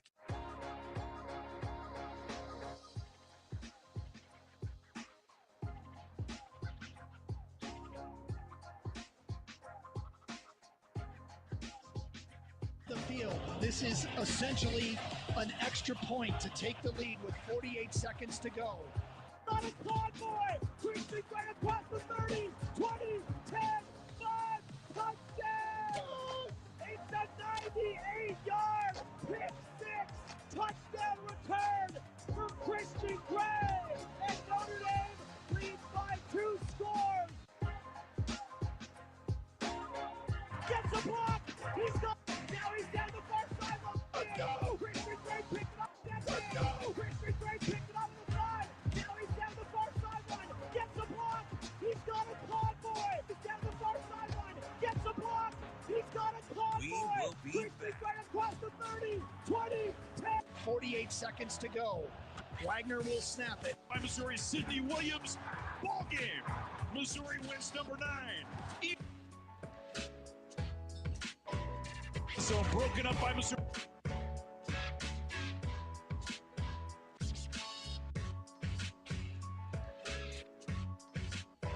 $45 seconds to go in the ball game. 30.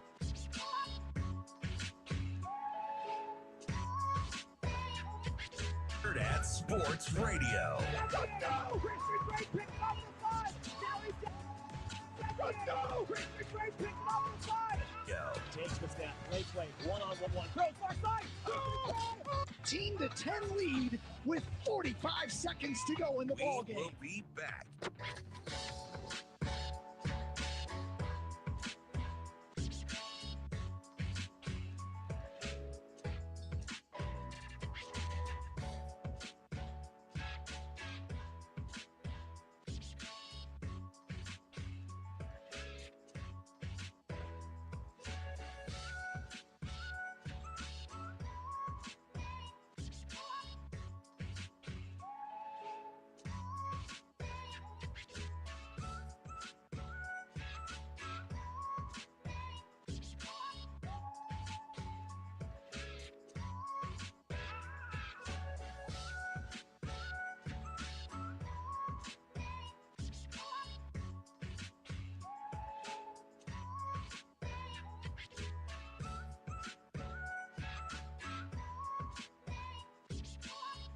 We will be back.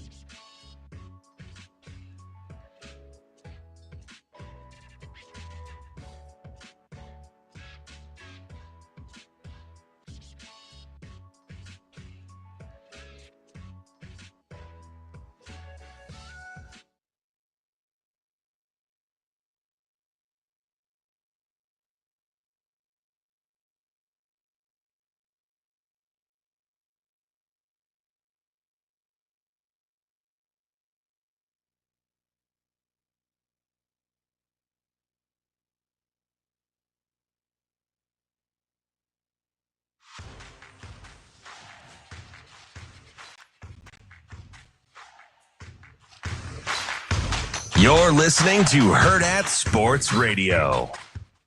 Yeah, I think we made a lot of progress from game one and now. Just on both sides of the defense and the offense, special teams. I couldn't be more proud. And, I think it just losing this game doesn't do justice to see all the success and the strides that we've made as a team. But that's what it is right now. So, yeah. Halfway through the show here on Hurrdat Sports Radio, AM 590, ESPN Omaha, ESPN Tri-Cities. That's DB. I'm Ravi, Lulla here at the Pillar Exterior Stage. Wanted to go back and get something. We were talking with Out of Breath Brian at the end of the first hour, and I compared Indiana and Nebraska and kind of where they're at in the turnarounds. For what it's worth, because he brought up, well, hey, Indiana's been really bad too, and they turned it around. For what it's worth, since 2016, and not including this year because it's obviously would skew the numbers in favor of Indiana, so I took that out. Indiana from 2016 through last year. Oh, well aware. Better, yeah. More wins, Yep. more bowl appearances, and more ranked seasons than Nebraska. So, no, Nebraska has not been better than Indiana the last 8 years. Indiana's been better than Nebraska by basically any metric you can put on there. Wins, bowl appearances, seasons in which they were ranked. Indiana wins all three of those. So I just want to make sure I went back and got that, because when I say things like Indiana's doesn't have some of the burdens that Nebraska does currently, it's true. It's objectively true. It's not just us sitting here and being like, oh, woe is Nebraska. No, Nebraska has been in a rough spot for a long time. That's just the truth. I found that graphic. I didn't find it. Husker X's and O's sent it to me. One I was talking about. With Sam? With Coach Rule. Oh, okay. There was a point at Baylor. Oh, the 38 straight? Then the number was 38. Yeah. Won the last 38 games when leading entering the fourth quarter. That includes games at Temple and Baylor. So it's not a Coach Rule problem. So, because I hear that a lot. No, I know. And I don't get it. I'm with you. I don't get it. But so this is where the culpability lies, though. Mm-hmm. And we'll see if he's ready to. You have to. Okay, just real simple. If I like 85, 90% of what he's doing, mm-hmm. he's got to help himself out with the other 10%, 15%. Yeah, 100%. 85% of what you're doing you like, then you've got to get help with the other 15%. You can't just be okay with the 85. Got to keep getting better. And I don't think he will be. Yeah, I mean, that's why you don't see him move like the Dana Holgorsen thing if he's okay with 85%. Yep. Right? Like, I don't think it's lost on it shouldn't be lost on anyone that guy's a head coach. Like, Dana Holgorsen is a head coach. And I get it because, and I know he was pissed Friday, especially after, and I think everybody was, but he's got to decide. He's got to, remember I talked about, this would be my suggestion. Mm-hmm. You know, I talked about, like, with NIL, and sometimes you just got to cut your losses and move on from those guys. And so that part I think they'll do. Mm-hmm. Here's the other thing, though. He tried it. He tried the compromise. Mm-hmm. He tried it with the – how can I say this? Because this is totally I don't know if I'm guessing. But it seems like he tried it with the, hey, let's do this way. Mm-hmm. I'm a little traumatized coming from Carolina. It is very transactional. I hate that part of the deal. I'll play that game if I have to, but if I don't have to, I don't want to. Mm-hmm. Like, I think he was over. We talked about this. Yeah. There was an overcorrection. Yep. So then there was this thing where this group of guys came back, and it gave them a chance. Because let's just address this. Everybody's so mad at the seniors, and oh, they're this and flush. Okay, I get the fast forwarding to that. Mm-hmm. But those guys gave him a chance to put the foundation together to get to where they are today. And you're going to roll your eyes and be like 6-6. A lot of those guys leave, and it's worse. Sure. It is. Now, what you gave up was some of the temperaments that came with mm-hmm. the core coming back. I've alluded to it a lot, but I'll say it better this way. The defense was good enough to give you hope that if you just made a few minor adjustments, you could get to where you needed to be for those guys for helping you give the blueprint. So don't misconstrue when you hear him say, I want to say thank you to the seniors. He means it. Mm-hmm. Because they gave him an opportunity in these 2 years to build a foundation, and they had to buy in at least to some degree. I'm not saying everybody did, but at least to some degree to get it to this point where you could come in, and now that you have kind of that core floor built, mm-hmm. It's like when all of a sudden, if this ever happens to me, this is what I'll do. You keep some of the old stuff because you can't quite afford to get new things. Mm-hmm. And it gives you a good start for the home, right? But when you're able, you tried it that way, and it's like, oh, this is good enough. Now, I'm going to tear the carpet up now. Yeah. I can afford not to. Yeah. Appreciate what it gave me. Got the kids' room started. I'm going to tear the carpet up now, mm-hmm. right? That's what I think. That's what I think this stage is for him. Because I think now you're going to see more of the alter ego where it's, okay, I tried this. We wanted to build this the right way. We did. I've been very good with high school recruiting. I've got a core. I've tried to take care of the state. Now we get busy. And I'm not letting him off the hook because he did that. I'm telling you why he talks the way that he does, because he did do that. He's not saying, at least I don't think we're gonna get him. And I'm gonna ask the question because I think we need to. I don't know if he'll say it if he doesn't think it, but I'm guessing that, hey, I kept these guys around. They're good for the program. This is how you guys told me to do it here. Mm-hmm. This is how you guys told me you wanted to do it here. I talked to Coach Osborne. I talked to Coach Solich. I talked to these guys, and we kind of like that idea. Let's not act like we didn't. Now, not all of us. No, but we wanted it to come with 8 wins instead of 6. Right. That's it. Yeah. Like, we liked how we did it. We didn't like the result. So if they could have found a way to get 2 more wins, which they're pretty damn close, and they were within all of them, yeah, we would have been fine. Not just fine, we'd have been thrilled. We would have been fine. Yeah. So he couldn't have been that far off. He wasn't.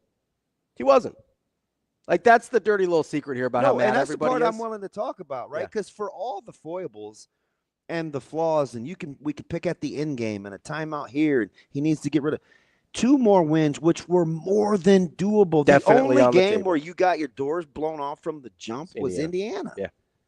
You led against USC. You led against Ohio State. You led against Iowa. Led against Illinois. You led against Illinois in the 4th quarter. Well, SC was in the 3rd quarter. Yeah. But still 6 to play and you're up. Yeah, late leads and all of those. All of them. So it almost worked. Mm-hmm. Really close. It didn't. So now he's going to I think he transitions into this next phase. Because I think there's this thing about this is what I love. Because unfortunately I can love it in him because I don't have to deal with the consequences when you get burned. Sure. He gave you every opportunity for you to do it yourself, and you couldn't. So now he's going to step in. Yeah. It happens to me all the time. Yeah. All the time. Where it's like, all right, I'm going to give you the – I keep coming back for more and keep coming back for more, and it just hasn't really panned out, right? Mm-hmm. He can do that, and now he can move on to the next phase. And I think he's going to move on to the next phase. Yeah. He tried it. There is coaching continuity. Yeah. The player, he tried it. Now you got to go get busy, and he will. There is one factor there that I don't think we've talked about, and I wonder how much, if at all, this played into it. Because I've said a couple times that Coach Rule did this rebuild differently than the other two, so it's going to look different, right, in terms of his strategy on how to do it. There's a part of me that wonders if he kind of got here and said, oh, these people can't handle a 2-10. Like, they can't handle a year one the way I've done year one before. Because I do wonder if that's a factor. Like, I think you sit here and you go, if you get here and you're Matt Rule and you're talking to Trev Alberts and you're talking to Tom Osborne, you're talking to whoever else, right? I think you could very easily come to the conclusion like, oh, I can't burn it to the ground in year one because if we go 2-10 or 3-9, people here cannot handle it. Yeah. And I think that's part of it. I really do. It just is interesting how we're not as mad at the seniors, and because you didn't get. I've said this I didn't say it. I got it from Rezac, but you don't get that life without them in it. Yeah. So he can say those things without the eye roll because you have to take the good with the bad. You probably don't get a bowl game this year without the seniors. Yeah. But you also don't get the frustrating collapses without the seniors. 100%. Right? Like that's you weighed those options. You got to a bowl game for the first time in 8 years. So now I just think he's ready to get busy. At the end of the day, probably worth the trade. He's going to go to work. Kool-Aid Steve, hang on here for just a second. We'll get to you in the next segment. That's DB. I'm Ravi, Lulla. More Hurrdat Sports Radio coming up next.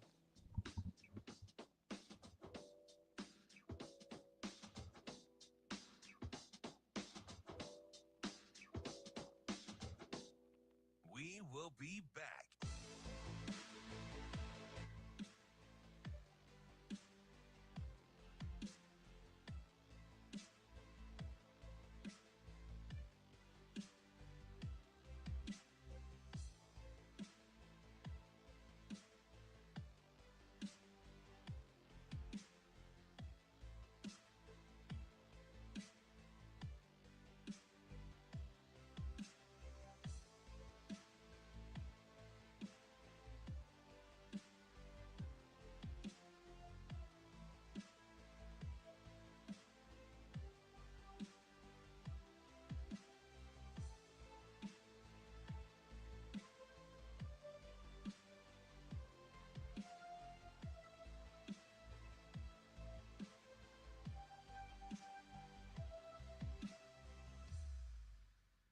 We will be back.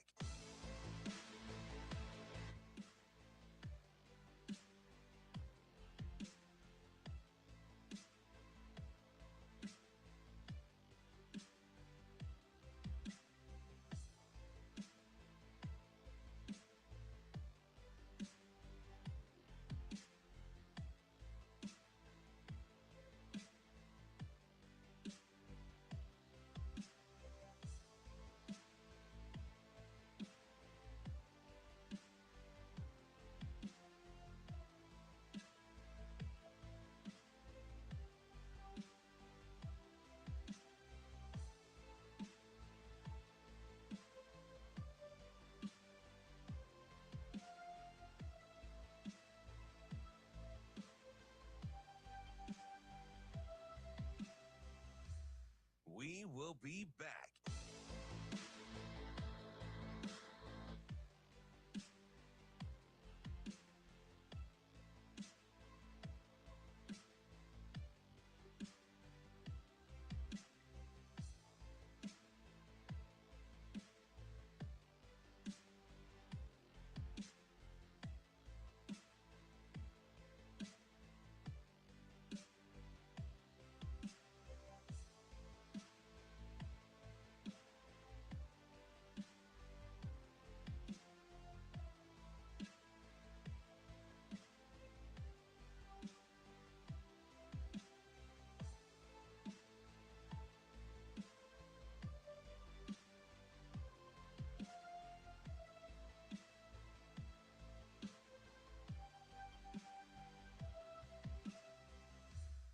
We will be back.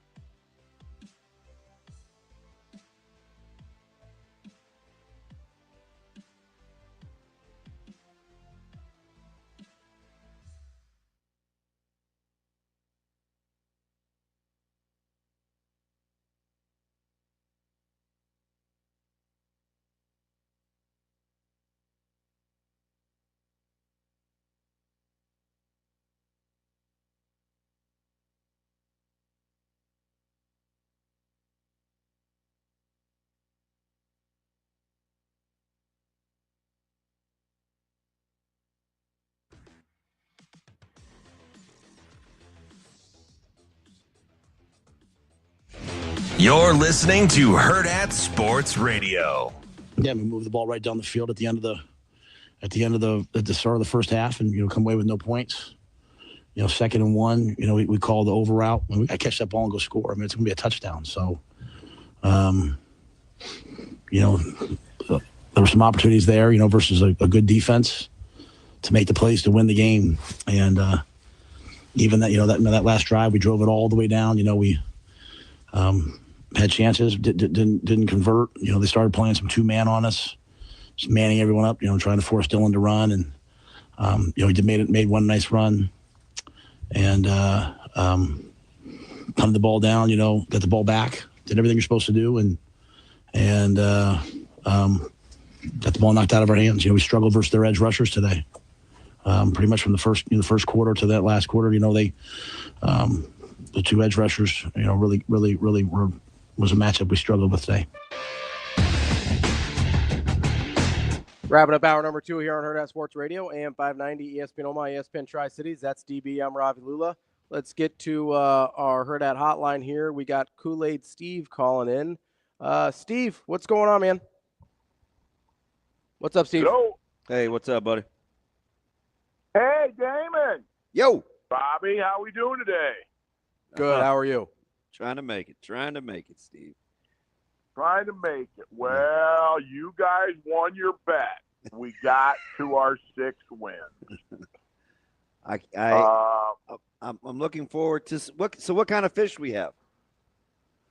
Walleye. Oh, that'll work. All righty. And I'm actually coming back for Christmas.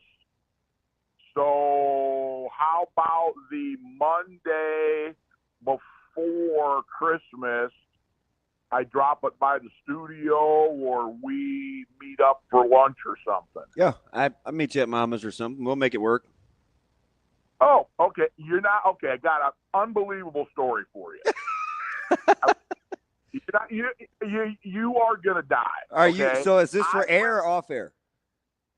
No, this is on air. Okay, this is okay. on air. All right, go. I went fishing about 3 weeks ago out on Lewis and Clark Lake, which is the one down by Yankton, South Dakota. Okay. Cold, 25 degrees when we got on the water, but there was no wind. It was beautiful. Fishing was not good. But more and more as the day went on, more boats came out. We were on the water at like 8:15. We didn't catch any fish. We were fishing with 8 or 10 boats in an area, and my buddy said, "Oh, let's go way up the other end of the lake. I know a spot. Probably be a few other boats over there, but whatever." So we cruise all the way up there, about 7 miles up the lake. And the lake is about 30 miles long, okay? We get up there, we get close, and there's 8 boats in this little bitty area. And we're thinking, okay, all those fish packed in that little area, they got to be catching fish, right? Wing in there, there's 2 guys in every boat, and nobody's saying anything, okay? Just real quiet because everybody's cold. We sit there for about 30 minutes. Nobody has a bite. Nobody catches a fish. So I jump up and I yell, I figured you guys knew what the hell you were doing. We drive all the way up here, and I don't see anybody catching any fish. Do you guys have any idea what the hell you're doing?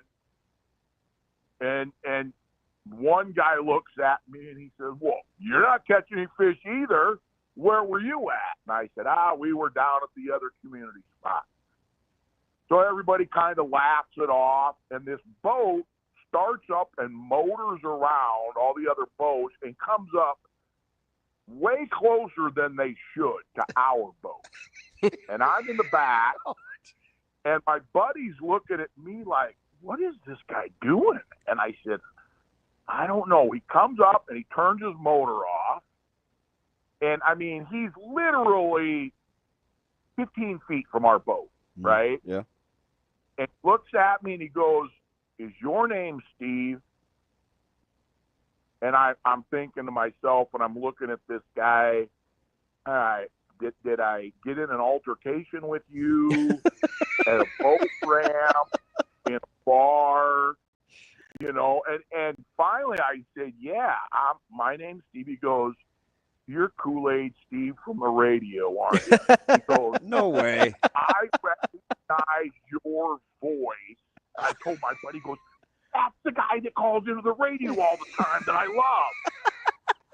And I said, so you actually like me? And he goes, yeah, you make great points. Oh, I don't know if I believe that part. Well, and he goes, I just knew that was your voice when you spoke up. Yeah, because the well, only guy yelling, breaking the silence, mad that he's been misled, of course. Yeah, exactly. And so he drives away, and I knew one of the other boats there. I had met him the week before, and he goes, who are you? And I said, I'm one of those dummies that calls into the radio all the time and complains about stuff. And my partner in the boat said, I thought he was going to ask for your autograph. See? Now, what are the chances? It's your charm, Steve. It's your charm. I'm telling you. Well, it's bad because I can't get away with anything. If I was to happen to have a altercation, as I call it, and did something that might be against the law, somebody's going to say, oh, that's that guy from the radio. I recognize his voice. I mean, what are the chances in the middle of a lake, in the middle of South Dakota, somebody's going to remember me? Yeah, that's that voice. It's distinct. I couldn't believe it, but yeah, shoot, I do. I thought you would get a kick out of that because you're the one that gets moniker Kool-Aid. Yeah, Kool-Aid. I did give it to you, Kool-Aid. That was so many years ago. Yeah. That's all cool. right. Well, I will. I'll call your personal number when I get into town. Okay. Yeah. Just shoot me a message. I appreciate you. All right. Thanks, guys. Thanks, buddy. Appreciate it, Steve. That's funny. Here's how I know it's a fishing story, though. Is it sounded about 90% true, and then there's just a little bit of stretch in there. The 7 miles? That's far. No, not the 7 miles. I agree with all your points. Yeah. Good point. It's like it's like every fishing story, right? It's about 90% true. So that's the stinky cheese. Nobody's ever gotten along with him. Yeah. And he and I have always gotten along. Yeah. And you're gonna be shocked. It started out, he was not the most kind person. And then one time, like, we just were at the CWS and he sent a message and he's like, hey, I'm having a tailgate. Do you want to come by? And I'm like, man, I didn't even really think you liked me. But you just call and shoot the breeze. Because we'd let him vent. Yeah. Sometimes we'd have to say some things a little crazy. He's been tough on old Shano. See, I bet he's been a victim of the 7-second delay a couple times. Yeah. If I had to guess. Yeah. Oh, my goodness. You know what's funny? Speaking of which, Verzal came over Saturday. Oh, yeah? The walking 7-second delay. Oh, yeah. It's a miracle he doesn't swear more on the air than he does. Are you kidding me? Incredible. Like, he does a pretty good job of filtering that thing out. You know what's funny, though, when you're talking about Kool-Aid Steve and like inviting you over to the tailgate or whatever, is when I hear somebody talking crazy and either it's to me or at me or whatever, I don't think that person likes me very much. I think I don't like that person very much. Oh, yeah. And you think, I don't know how much that person likes me. I'm telling you, it's my personality. Because there's some people from the show that if they invited me over to a tailgate, I'd be like, I don't know how much I like that person. You know what I think it is with him? And there are people I talk to this day that I know talk crazy about me. Yeah. I think he just asks direct questions and he talks direct, so you just have to give him direct answers. Yeah. I think part of it's the voice too. Like, it's a very authoritative voice, so it comes off like he's talking really strongly at you, which is okay. I don't mind Kool-Aid Steve. He talks a little crazy sometimes. I don't mind Kool-Aid Steve. I don't why wasn't he watching? Did he say Saturday? I don't remember. Oh, no, he said 3 weeks ago. Never mind. Yeah, he said a couple weeks ago. Maybe it was during the bye. It was some wild games. They shouldn't play that in the Michigan-Ohio State game at 11. No. Because it's way too early. They need to move that. Yeah. But but you know how the Big Ten feels about their traditions. That was not fake outrage. I thought Sawyer was going to lose his mind. I thought he was going to kill somebody. Yeah, I don't know if he's about that life, but maybe. He killed everybody. You know. Yeah. But I mean, but it wasn't just that. I mean, it was all over college football. I know. I mean, Florida State had one. Obviously, Ohio State, Michigan had one. There was, again, flag planting different than no handshakes. Nah, even shake hands. That's the right thing to do. Right. But flag planting. Flag planting. There we go. Yes. Nailed it. Like that. There's just nothing. That has nothing to do with it. No, you see Baker get asked in his presser. Yeah. As the original flag plant. Yeah. It's funny because it didn't really exist until then. That's different than a team walking onto a field 3 hours before the game by themselves. With it's not the same thing. No one around. Now everybody's like, well, cancel it. Just pray in the locker room. Like, why do you, like, this has never been an issue. Ever. Never. We're going to let 3 or 4 bad apples spoil the bunch? Like, really? I mean, it was the same thing that happened earlier in the year, when Nebraska comes on the field. I don't know if they do it on the road. When they come on the field at home, they run all the way down to the opposite end zone. Listen, you know who didn't whine about a coach coming down on the other end of the field? Who's that? Nebraska. Yeah. You know what Deion did? Walked all the way down. Mm-hmm. Terrence was on the sidelines. This is before the game started. He was with his coach and a security. Mm-hmm. And they did like a mini jog from Nebraska's 10 to their side of the field. Yeah. You know who didn't have any problems with that? Nebraska. You know why? Because coaches and people do that stuff all the time. I'm just like, this is not – we're missing the point. It's not a thing. It's not a real thing. Just play ball. Speaking of college football around the country, we're going to talk to Dennis Dodd next. He's got us covered.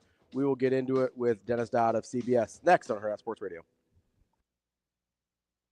We will be back.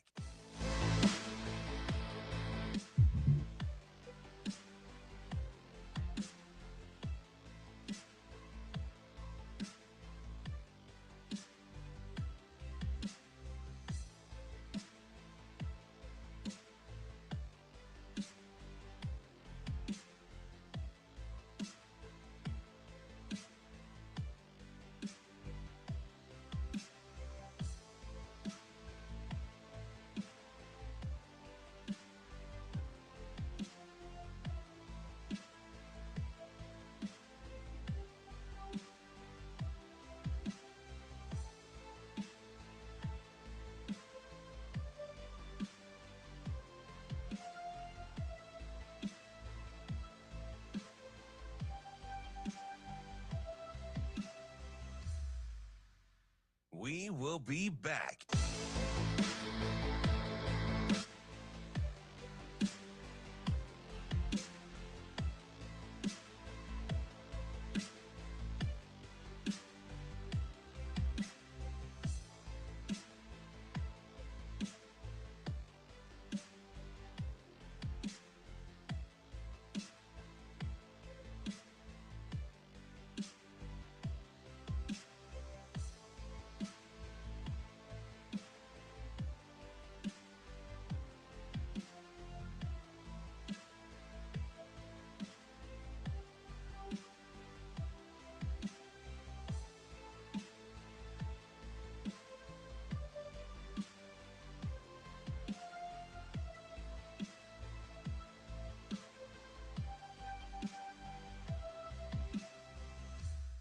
We will be back.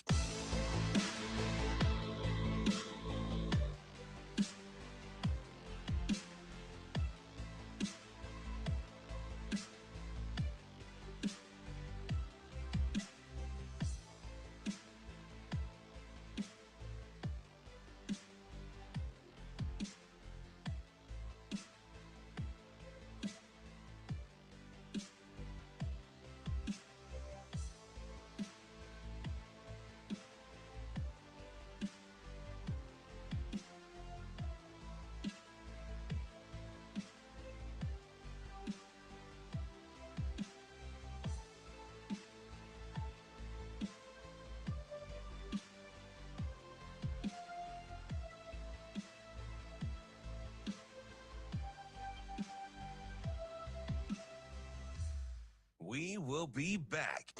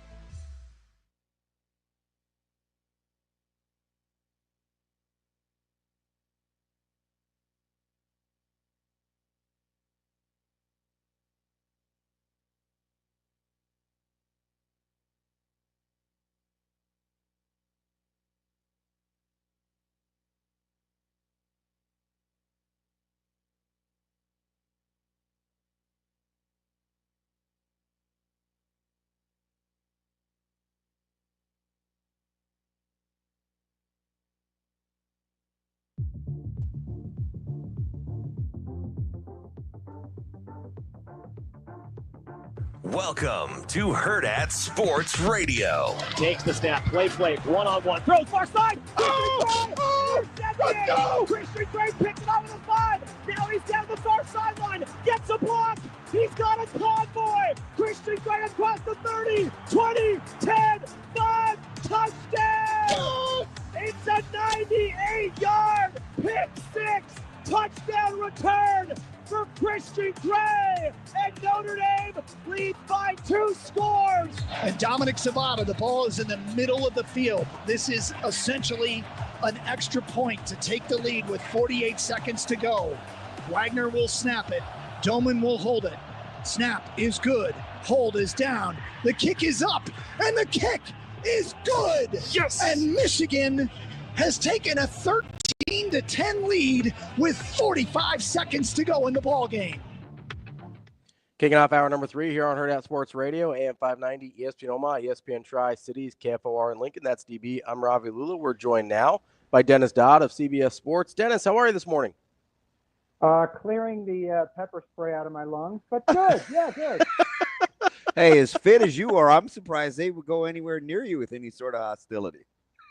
It was actually it was a 22-year bookend. I was there in 2002 when Ohio State beat Michigan to go to the Fiesta Bowl and win the national championship. They gassed the fans to keep them away from the goalpost. So it was something important, you know. And then this, I don't know what was going on. It was like 5 jurisdictions out there, and some knucklehead pulls out pepper spray like that, you know, like it's going to pour out into the streets or something. So it was a bit ridiculous. Dennis, it obviously wasn't just Ohio State, Michigan. Was there something in the water in college football this weekend? What was going on? Yeah, it was just, look, it's all too important. We've made all of it. Sports, you know, rivalries, everything. It's just too important. I thought Pat Forty wrote a good column in Sports Illustrated. That was his column. It's like, this has gone over the top. And I tweeted yesterday, I said, the first conference that bans these flags gets a cookie because it has to be done.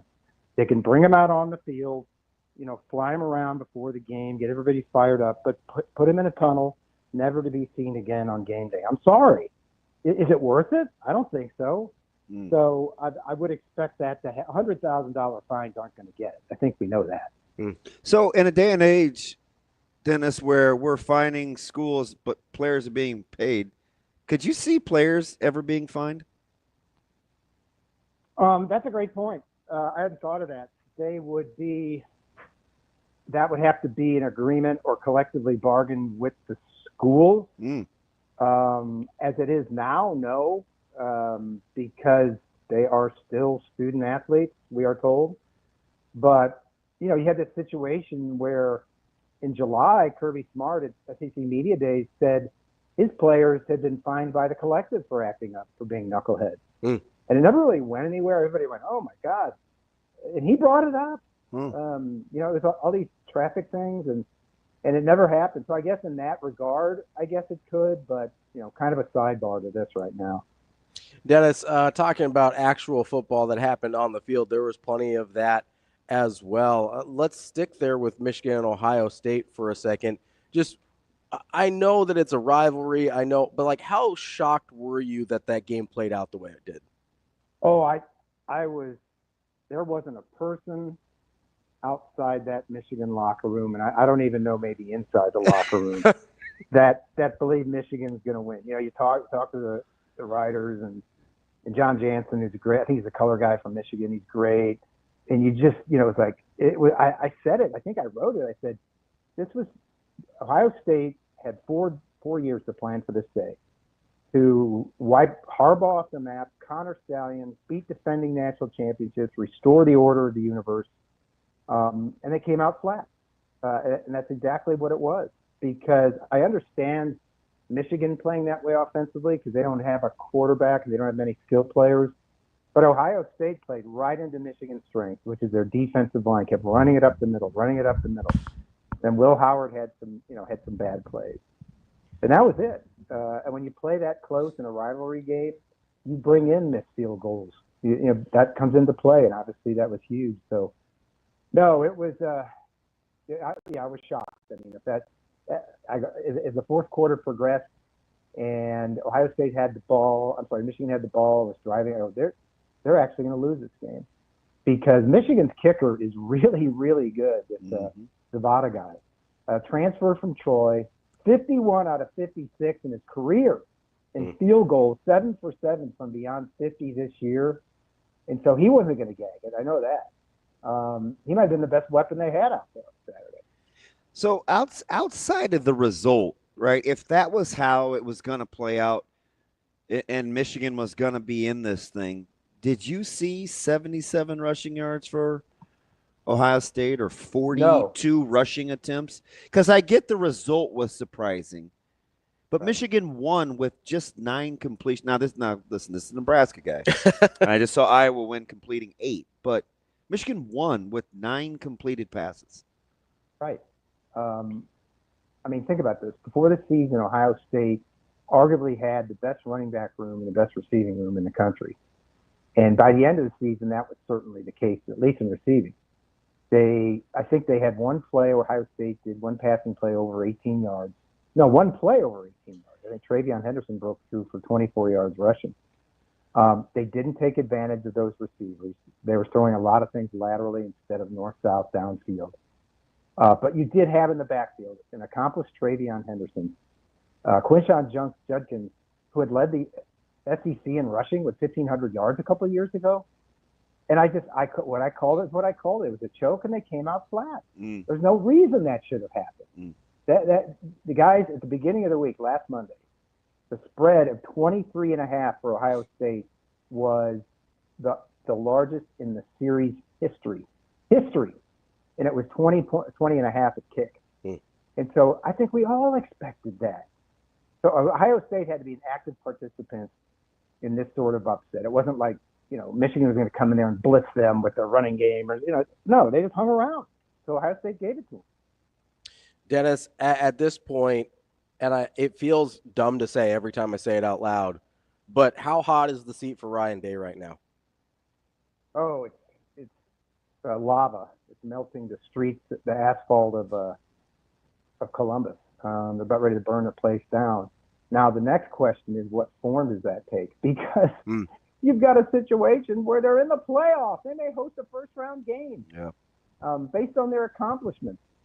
And so what happens then? He will at least ride out through that, obviously. But there's so many, I don't even know what the word is, ironies or things you would never think of. This guy is 66-10 in his career. 4 of those losses, obviously, to Michigan. He's 1-4 against Michigan. I think the rest of the Big Ten, he's 43-1. There's something there he can't get over. And so they pulled their horns in. They got so conservative Saturday. Chip Kelly deserves some blame. And happened. The next question then is, get rid of who you going to get. I mean, he's built this thing to the point that he's the winning. Somebody's going to have access to the winningest coach in ball. But he can't beat Michigan. And I was told long ago by Lloyd Carr, love Lloyd Carr, I said, what's more important? Like national championship, Big Ten, Rose Bowl, Michigan is no question, Michigan. And we're seeing that play out in real time now. So if you're going to do something, who are you going to get? Because you're going to blow out the entire staff. At $21 million on the roster, or $20 million on the roster, you're going to spend much more than that blowing out the staff. Who are you going to get? Incredible. Dennis, would you rather be in Madison, Wisconsin after the 22-year drought or in Stillwater where you went winless in the conference? Oh, wow. It's in terms of what, depression? Or just the coaching. The coaching. Yeah, Mike Gundy, and in that league, Mike Gundy could come back next year and win 9 and win the league. I mean, that's what the Big 12 is right now. I'm not saying it was just an off year. It was his worst year he's ever had in his career. Where they lost the last 8 or something like that, I think. They were terrible, really terrible defensively, and got really terrible offensively at the end. Luke Fickell, I think, entering year 3 has some promise, but there were obviously quarterback issues there. I don't know if they know what they wanted to be. Remember, it was going to be the dairy raid. They had Phil Longo, and they were going to come in, and Tyler Van Dyke, they're going to do all this stuff. And it was circle in a square peg. It didn't seem right because you got to maintain some of that identity at Wisconsin. And at the end, like now, I don't really know what they want to be. I know what Oklahoma State wants there, and I don't know. I don't think Mike Gundy's going to retire. I think he's got. I don't think he's that old. I think he's early 60s, maybe not even 60s. I think he's 59, maybe. Yeah, I don't think he's quite 60 yet. So he's not even. It's not bad. So I think they've got a chance to not only they're in better shape. I think he's got a chance in that league to rebound right away. Yeah, 58, 57. We're talking with Dennis Dodd of CBS Sports. Dennis, there's obviously already some openings in power conferences, whether it's Neil Brown at West Virginia, Ryan Walters at Purdue, Mac Brown at North Carolina. Are we in a position, whether it's Ryan Day, Mike Gundy, I don't know what's going to happen with Brent Venables or Hugh Freeze in their spots. Are we in a position we might see some enormous power jobs open this year? No. In fact, this is played out like I thought it would. It's going to be a very slow carousel in the offseason. Venables safe. Who else did you mention? Hugh Freeze. Right. Yeah, I think Hugh Freeze comes back. They give him another year to see what's going on. He looks disinterested to me, but that's a different discussion. I could see they that. may not do That's a good call. Yeah, they may not do anything with Ryan Day. They make him change coaches. They're going to be good. And if they make a run, I mean, let's say they wipe the slate clean, they wipe the mental state clean, and they get to the championship or something like that. What do you do? It's a Michigan problem, and they have to go to Michigan next year. Don't forget that. But that was one of the all-timers. No, real quick on those openings. How about Rich Rod back at West Virginia? Oh, I know it. That's a thing. That's a thing. I think that might happen. So let me Go ahead. Real quick on West Virginia. If you're West Virginia, would you rather have Rich Rod or Jimbo? I've been told Jimbo's not interested. Either Jimbo's not interested or he is interested and they're not interested in him. Interesting. Because when you hire Jimbo, you bring everything we saw at Florida State with you. Sure. He's a little bit of a thing to handle. And so I've heard that they may not even be interested. He went back in. Sure. He'll have Jimmy Sexton, trying really, really hard, but that may not happen. I really like Rich Rod. Like the prodigal son comes home. Winning at Jacksonville State, playing for a championship this Saturday, obviously can still coach. And I really like Rich. I think that'd be fun. Hey, let me ask you something, Dennis. And it's interesting because they played each other. But irrespective, without that game in your head, who do you feel like you're better capping, Georgia or Texas? What do you mean capping? Like who's the better? Like what kind of teams are there? It seems like they win, but it's like they get the buts. Like who do you feel like you know more about?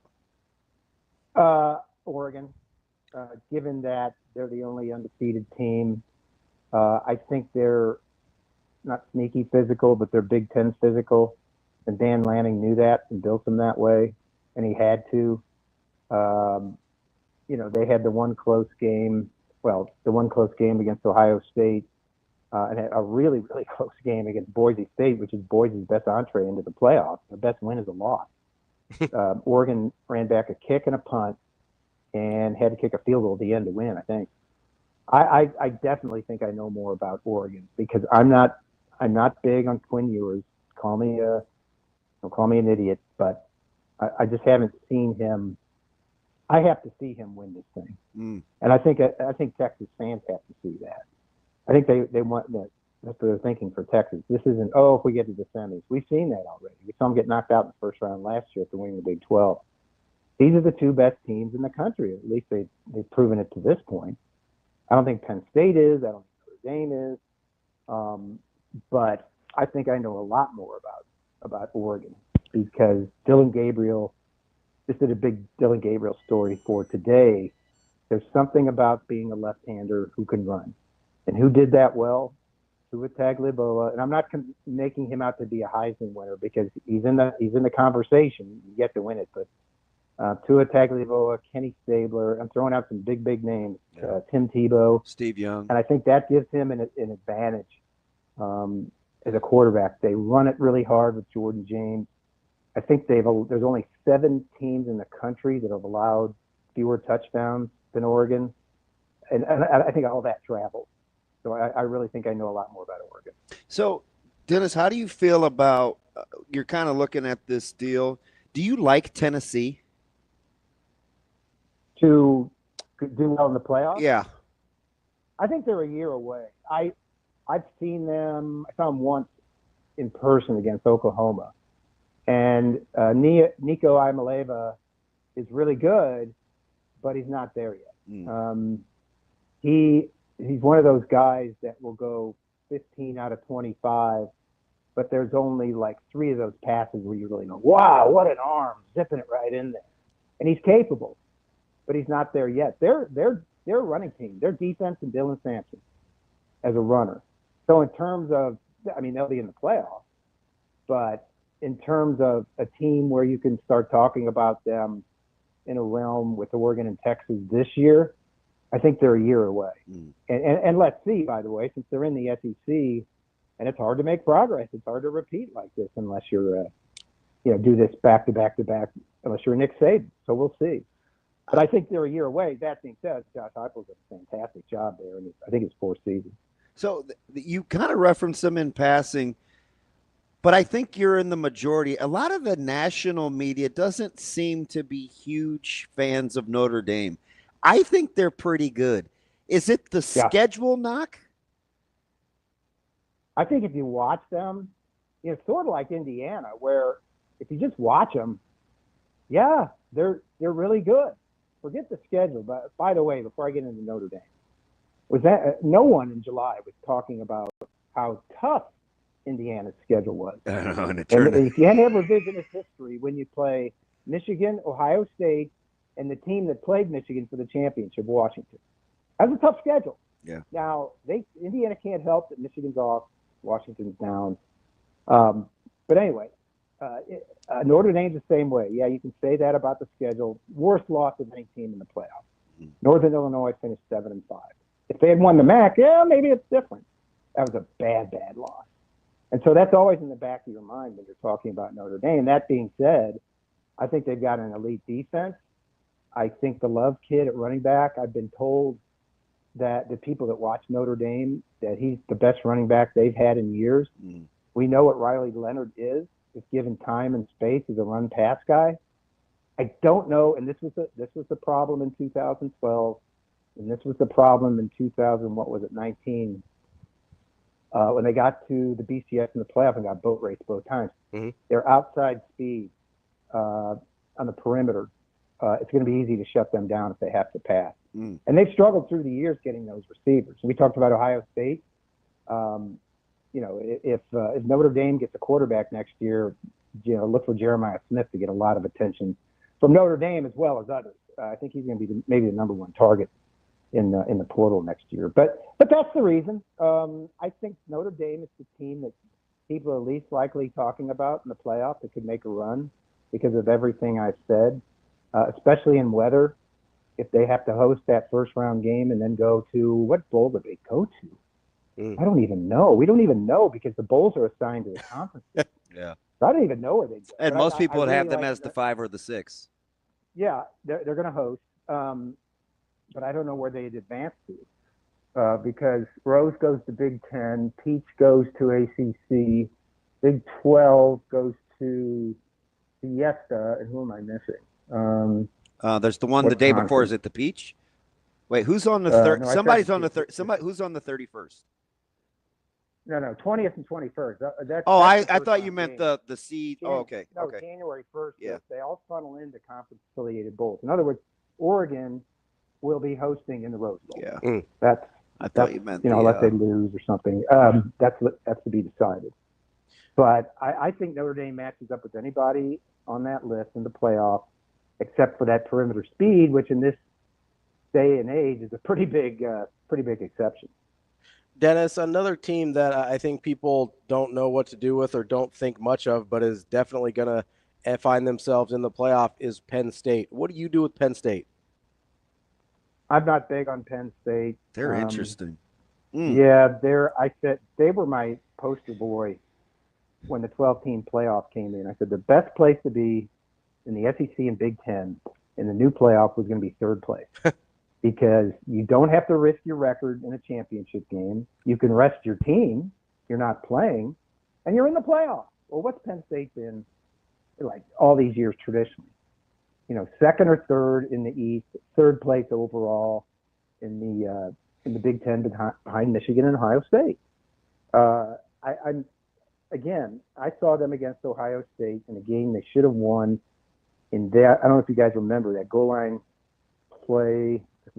series, 5 minutes left at home, trailing by 7. They got the best tight end in the country, Ty Warren, and it's not even close, by the way. He doesn't touch the ball. They run 3 runs into the middle of the line, and on 4th down, throw to a backup tight end who's triple covered, and that's your series. That to me is Penn State for the season. Why they won't be able to do anything. They're going to lose to Oregon, I think. Then maybe host a game. I don't know, but I'm not fully convinced. That their quarterback can lead them. Drew Aller can lead them to a championship, or even get them to the semifinals. Because there's just something missing. I think Abdul Carter is one of the best defenders in the country. Yeah. But when it gets to be crunch time, I don't know. I mean, there's something missing there. Dennis, of the championship games, and there's 6 of them, not one spread is more than 4. Surprised or about right, given how the season has gone? Oh, I guess I'm surprised that the right teams got there. Maybe that's the thing. In the not one more than 4. Think of the 5 automatic qualifiers in the playoffs, because we know those conferences are in the winners of those games. ACC, the first place team is SMU, who just got into a power conference. Yeah. SEC is Texas, first year in the SEC. Big Ten, Oregon, first year in the Big Ten. Yeah, you sound like Coach McGuire now, because he's still mad at the lack of love from the Big 12 for the Big 12. Yeah, Big 12. The first place team is Arizona State. Lucky to be picked up by the Big 12 in first place after being picked 16th. So no, that's what I'm looking at. I think those games are set. There are 10 teams that are going to, that are in line right now for an automatic spot in the playoff. The 5 losers, I think we have to look at, because I think that's the number one story this week as it pertains to the ACC and SEC. You already see Lane Kiffin lobbying for Ole Miss. It's kind of an axis between Ole Miss, South Carolina, Alabama, SMU, and Miami, depending on who wins that ACC championship game. Yeah, that's the story I want to do this week. How do you keep conference affiliation out of the minds of those selection committee members? Because it's human nature. Yeah, just don't ask Lashley or McGuire, because they'll tell you. No, right. And Alabama's gotten every benefit of the doubt historically. 2011, they lose to LSU in rematch without even winning their division. Yeah. 2017, I think it was the same way. And so they might get in this time. This is the worst, quote unquote, worst Alabama team since Nick Saban's first season in 07. I think we all agree on that. But in a 12-team playoff, and that's what makes it great, it allows you in. That's Dennis Dodd, CBS Sports. Dennis, we appreciate the time as always. We'll talk again soon. Thanks, Dennis. All right. Thanks, guys. More Hurrdat Sports Radio coming up next.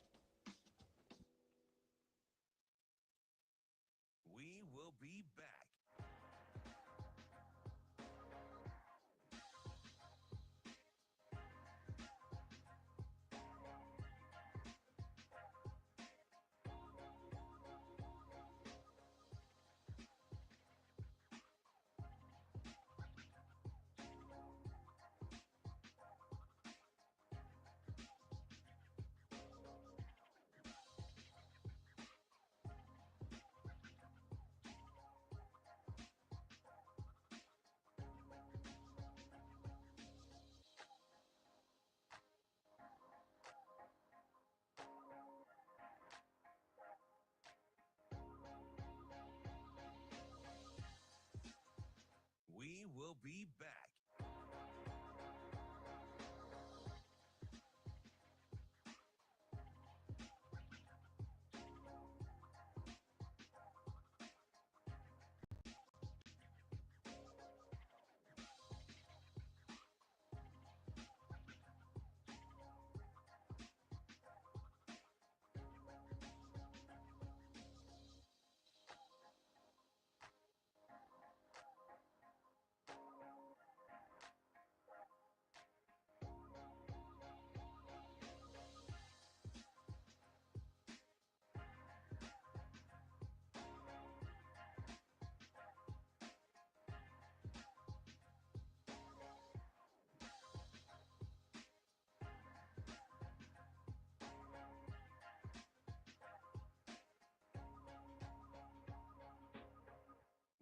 will be back.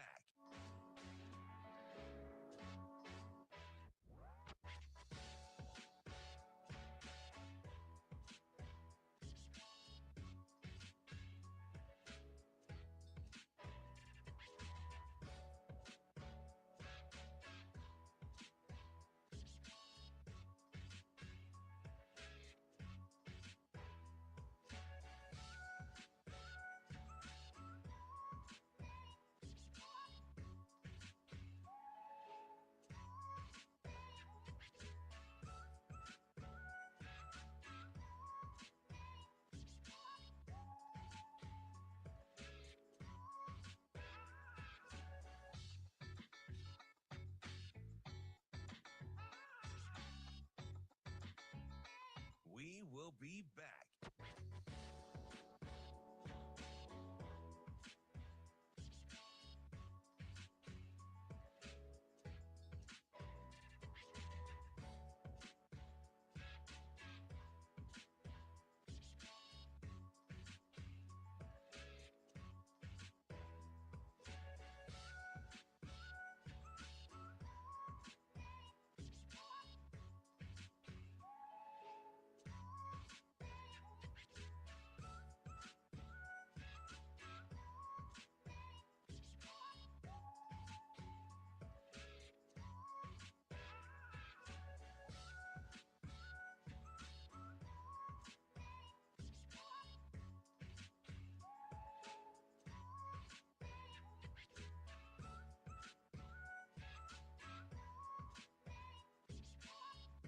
We will be back.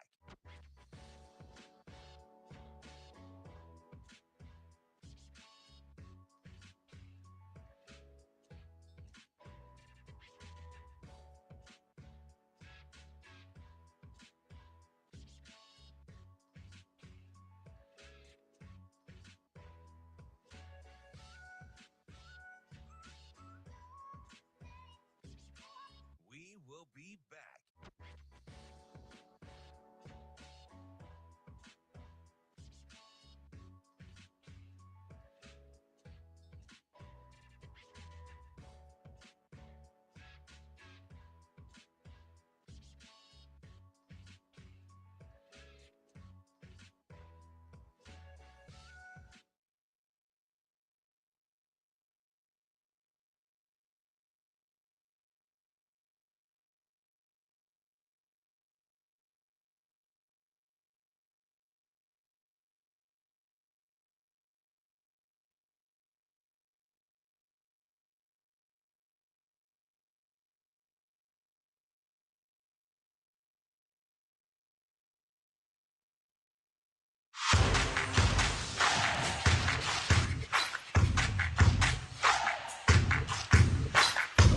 You're listening to Hurrdat Sports Radio.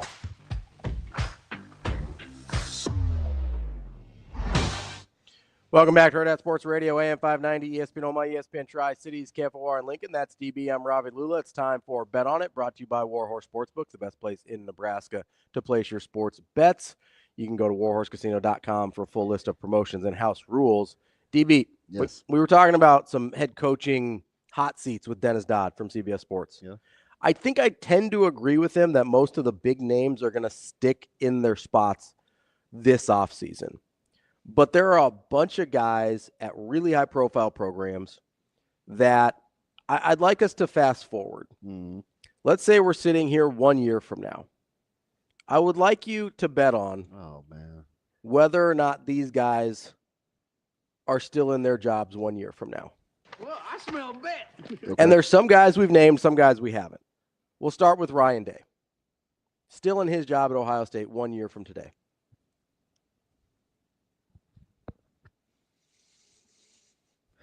No. Okay.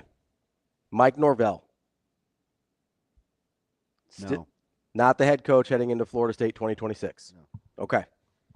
Lincoln Riley.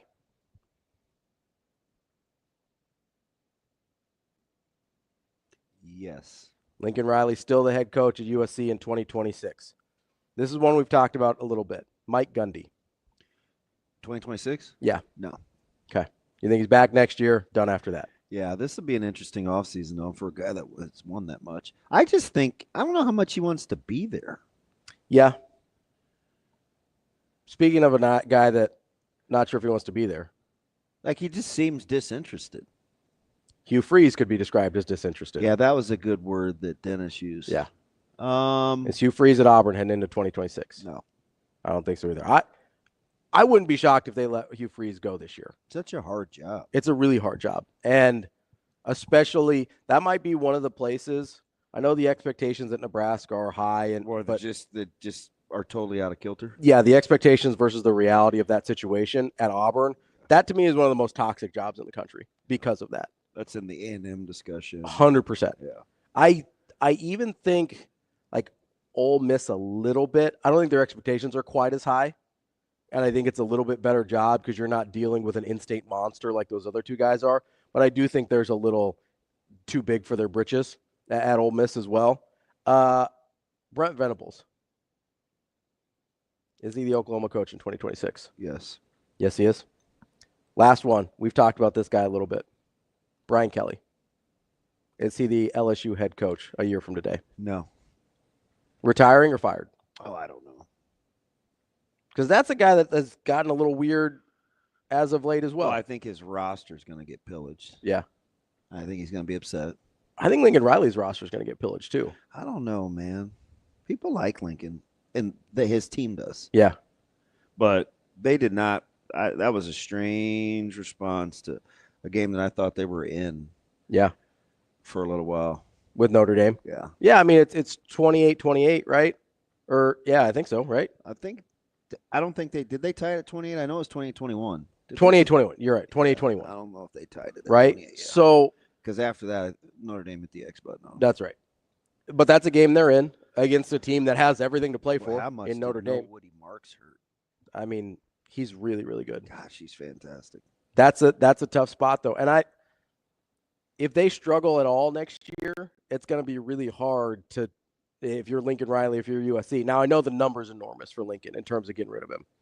But that's a really tough spot to be like, okay, this guy's regressed 4 years in a row now. And he's in a conference we're not sure he can hack it in. Like, that's tough. It's a good coaching conference. It's a really good coaching conference. It's a guy that hasn't typically been built to play this type of football. Like, he's one that I'm really, really interested in. Because he's kind of like Ryan Day, where he's just won a ton. But then you look at him and you're like, I kind of get it if they want to move on. I would get it if I said this last week. If Ryan Day doesn't win a national championship, I can see them moving on. Now, the timing of it's weird because now what he can't do, now if they lose in the first round, all bets are off, right? He can't lose in the first round. I just sit there and I go, okay, the timing of it becomes weird if he makes it past that, right? In terms of who you're looking for, unless you're looking for a guy that's not in like the cycle this year and you can just go pluck a guy from wherever you want. That becomes super interesting to me. Do you have to hold on to him? Kind of like the Luke Fickell situation where he likely would have been the Notre Dame head coach had Cincinnati not been in the playoff, and they just didn't want to wait on him. Yeah, do you believe that? I 100% believe that. I believe that's 100% accurate. Now, they maybe ended up on the better side of it with Marcus Freeman because I like Marcus Freeman a lot. So do you remember being in the press box after Northern Illinois? Mm-hmm. And I was like, I can't believe that Hammond is going to cost Freeman his job. Yeah. He bounced back from that. He's doing okay. It's like, yeah, what? That's a guy. Pardon? I really, really like Marcus Freeman. Now, he's got to figure out how to get a quarterback outside of these one-year transfers probably. You probably need to be he's got one on his roster that's probably not sticking around. You probably need to be able to recruit and develop a guy. So that's going to be interesting to see. And as Dennis Dodd said, they probably need to get a little bit more athletic outside the numbers. But, I mean, how athletic would you say Michigan was outside the numbers last year? Well, I mean, one guy's playing in the league, Roman Wilson. He's a good wide receiver, but you don't look at him as like a freak, do you? Like, that's not a guy that I look at like an Ohio freaks State. Like, I mean, there are lots of guys that are really good that are freaks. Yeah. They weren't elite. They weren't like. They were good. They weren't even Washington. No. But Washington was better outside the numbers. But they were good. Yeah, so there's something about I wanted to go back and watch it because there are little parts of Ohio State, Michigan that were a blur early because the game started before I wanted it to. Mm-hmm. There's something about the way Michigan defends Ohio State's run game without that I really like. And I just need to go back and see if that's just the style or is it OSU specific. So I want to watch the Indiana game too because it seems like they're in their playbook, but you can't really say that this year. Right. Yeah. And they play. I mean, Ohio State could not run the ball. Yeah. Now, Henderson had a 24-yard pass play. He didn't have a 24-yard run. The longest run was Judkins. He went for 17. Yeah. But, I mean, it was limited explosive plays. Oh, they ran the ball for 77 yards. Against a team that is able to gash everybody, right? Ohio State gashes everybody. Whether you beat them or not, they get what they get against everybody except Michigan. Kind of the same thing with Indiana. Even though Michigan lost that game, that's probably the best Indiana's been defended all year. Yeah. I mean, even in the game that they lost to Ohio State, I thought they had a little more success at times than they did against Michigan. That's a team, and defensively outside the numbers, I think they're a little more athletic than they are offensively. But I don't look at Michigan even last year when they were in the national championship and go, that's a team that's hyper athletic outside the numbers. So I don't know how much that matters for Notre Dame. Maybe it does. Yeah, they've got Faison, little quick guy. I don't know about. I mean, Love is sensational. Yeah, and if you kind of stick within Riley Leonard's strengths, I think he can be really good and effective. So who? Let me ask you the other way. Yeah.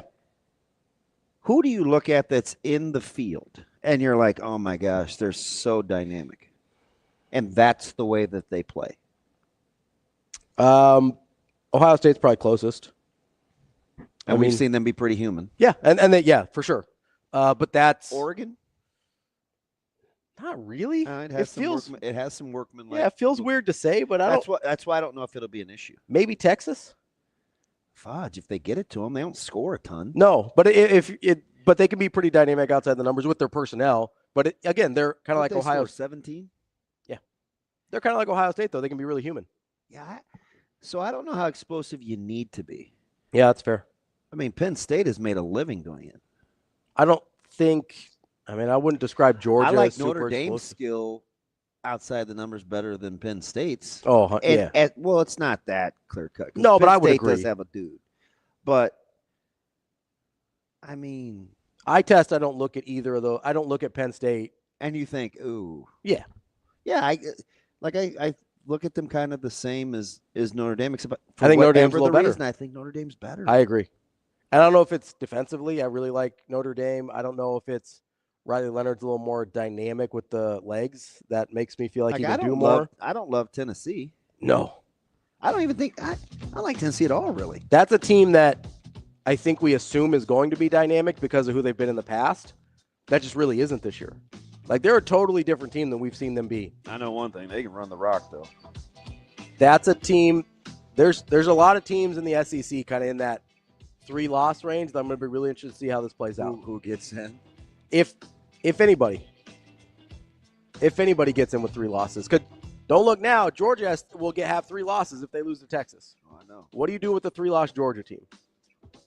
I don't know. We'll discuss that, I'm sure, throughout the week. That's Bet On It, brought to you by Warhorse Sportsbook. We'll wrap up the show. Coming up next. We will be back.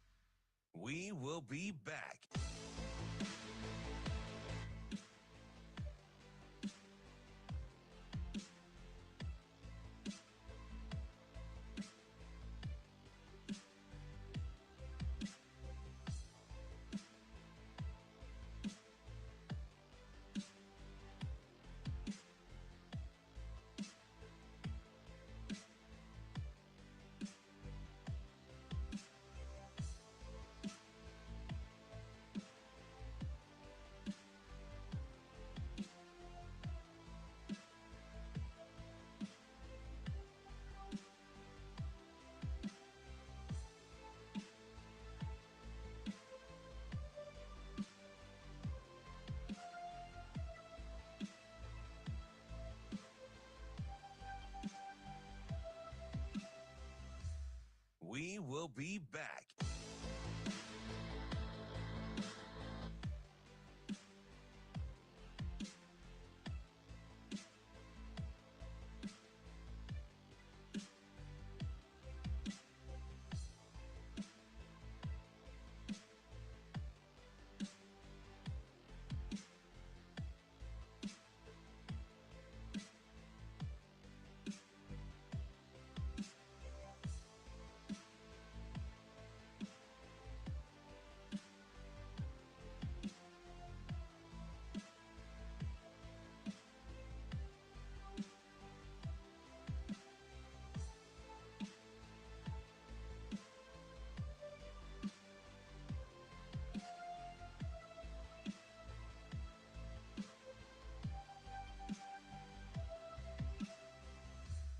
We will be back.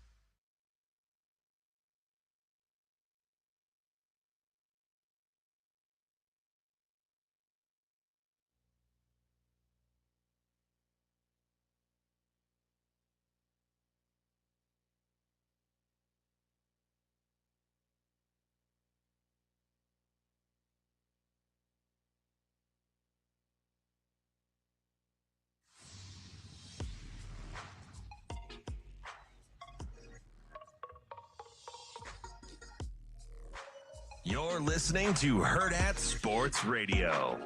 Yosavash in motion to the left. Burrow gets the snap. Here come the Steelers. Pressure and Herbig. The strip sack. It is picked up by Wilson. And Wilson's going to go in for the score. Peyton Wilson. Touchdown. Pittsburgh Steelers on the strip sack. Wrapping up the show here on a Monday. Hurrdat Sports Radio, AM 590, ESPN Omaha, ESPN Tri-Cities, KFOR in Lincoln. We're brought to you by our friends at MH Hospitality. Make sure you check out mhhospitality.net to see all of their properties. You stay once and you'll create memories forever. Make sure you check it out. If you got friends, family, anybody coming into town over the holidays, mhhospitality.net has you covered. DB, your Steelers got to win this week. Yeah, they're good. You feel? Yeah, they are good. Good football Mike Tomlin might be a good football coach. Yeah. The jury's out still, but. Hey, yeah. How many years? What's it been? He's 18 years? Is that 17 years? How long have you been there? He's just cool. Yeah. I Never had a losing season. I was talking to one of the coaches, Metro coaches yesterday, because he's a diehard Steelers fan. Mhm. And I'm just like, the Steelers sure do know how to draft and develop wide receivers. Can they just get a normal one, though? Guy's not a weirdo. Like just like a regular, normal. Need George Pickens to chill? Yes. Yes. And because you already know that's not my style. Yeah. Right. But I love him because of like it. I get it. Right. Mhm. And you're talking. I mean, I worked in Title I for the district for years, so I get upbringing and home life. Yeah, different backgrounds, the whole thing. I mean, coached at urban schools 3/4 of my coaching career. Mhm. But at some point, you got to figure it out. Yeah. At some point, you got to figure it out. Yeah, just hang in there. Yeah. Like, it's a great place to be. Yeah. And you have a chance to get paid, too. Mhm. Now, the 'Cause he's been Steelers are really a good. little jaded when it comes to the immediacy of getting borderline personalities money at wide receiver. They have been burned.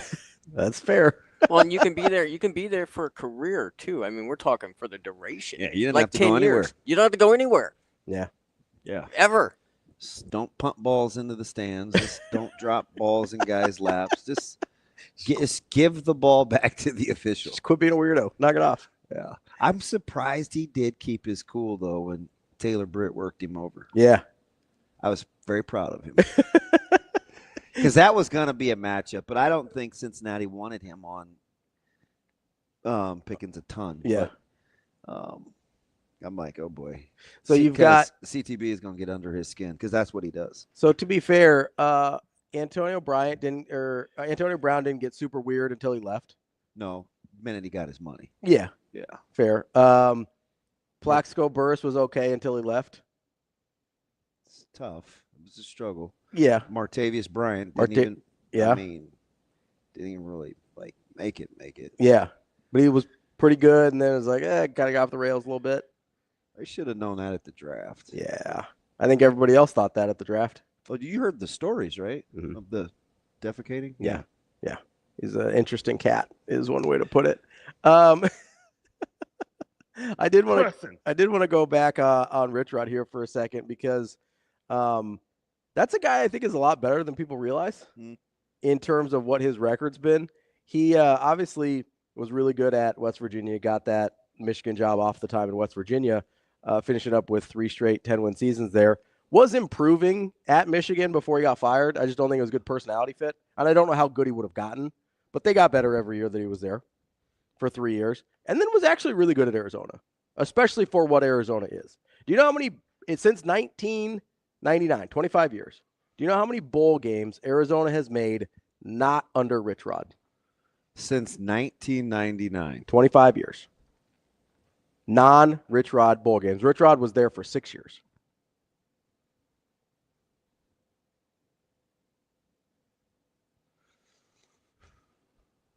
So in 19 years without Rich Rod. Yeah. 2. 4. Do you know how many Rich Rod made in 6 years? 4. 5. It's crazy. They have made 9 bowl games in 25 years. 5 of them are Rich Rod. 99 count?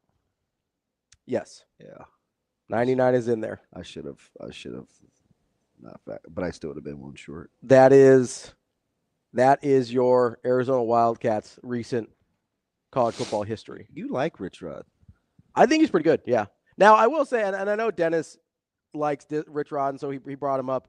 I have heard he's not terribly easy to get along with. No. I don't know if it rises to the Jimbo Fisher level of, pain in the behind, but that's part of the reason Rich Rod is currently at Jacksonville State instead of I do think somewhere better. I do think Jimbo takes a particular kind of administration. I'm not 100%. So sure that Rich Rod does. No, I think he's just cantankerous. Because, Michigan would be hard. Yes, 100%. That's a tough job. Michigan would be hard. Especially if you're not a personality match. And then he flips and he just goes out there in the desert. Mm-hmm. Where he was pretty good. And then look at him now. Yeah. You're like, where? Exactly. And where exactly is that college located is kind of what I think people are saying. I believe. Who's your quarterback again? You know that guy. He seems familiar. Yeah. And all they've done down there is win. Yeah. Tough place to win. Rich Rod would be a good hire. I do wonder about the fan base at West Virginia because I know there was some animosity when he left. Forgetting Slayton and White and those guys, or I think you know how much Oklahoma hates Lincoln Riley? I think it's kind of the same thing. Yeah. Where they, what's interesting? I thought Neil Brown was a pretty good coach. Yeah. I'll never forget the interview we had when he was at Troy, the coach's interview on Wednesday. Mm-hmm. And I swear to goodness, asked my then partner at the time. When I got off the call, I texted him later, and I was like, shoot, man, Nebraska may be in trouble. No, I didn't know they were going to be playing a 33rd, be on their 33rd quarterback. Yeah. This dude knew every play.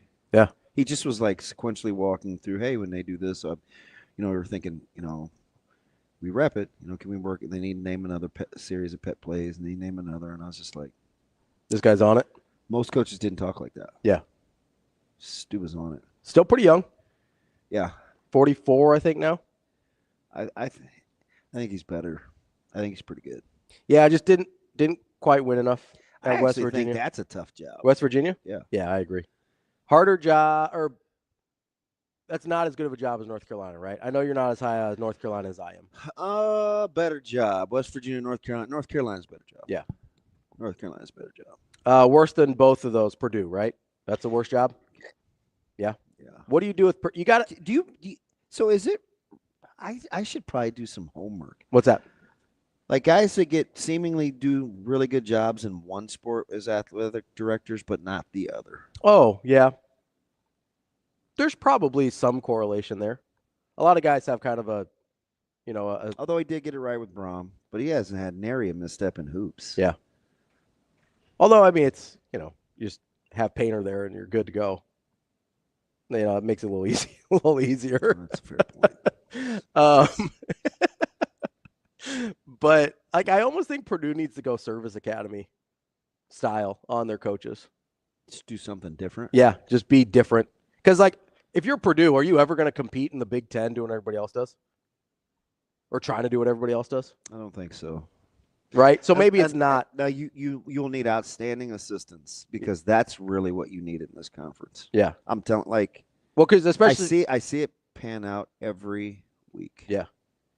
Just if you have a deficiency somewhere, they'll find it. Yeah. And you watch so much stuff, it's like, oh, that's kind of new. Mm-hmm. Oh, I haven't really seen anybody do that before. Seen that. Yeah. And then oh, that's kind of new. Well, especially if you're not going to get super high-end talent, you have to have the assistants that can develop the guys that you get. Let me ask you something. Yeah. Who's coach of the year? Is it Dillingham?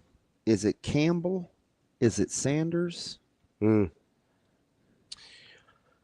can make an argument for it's probably Cignetti, right? Nationally. I just dummy mistakenly did not say Cignetti. It probably has to be. Do you think? I think so. They were just such a national storyline for so much of the year.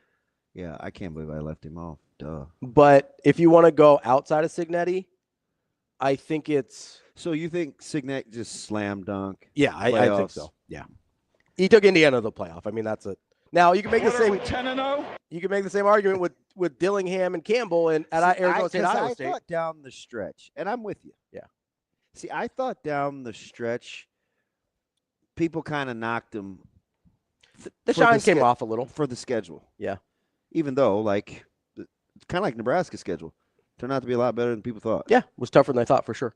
I think there's enough momentum and just admiration. That's a heck of it. That's a great.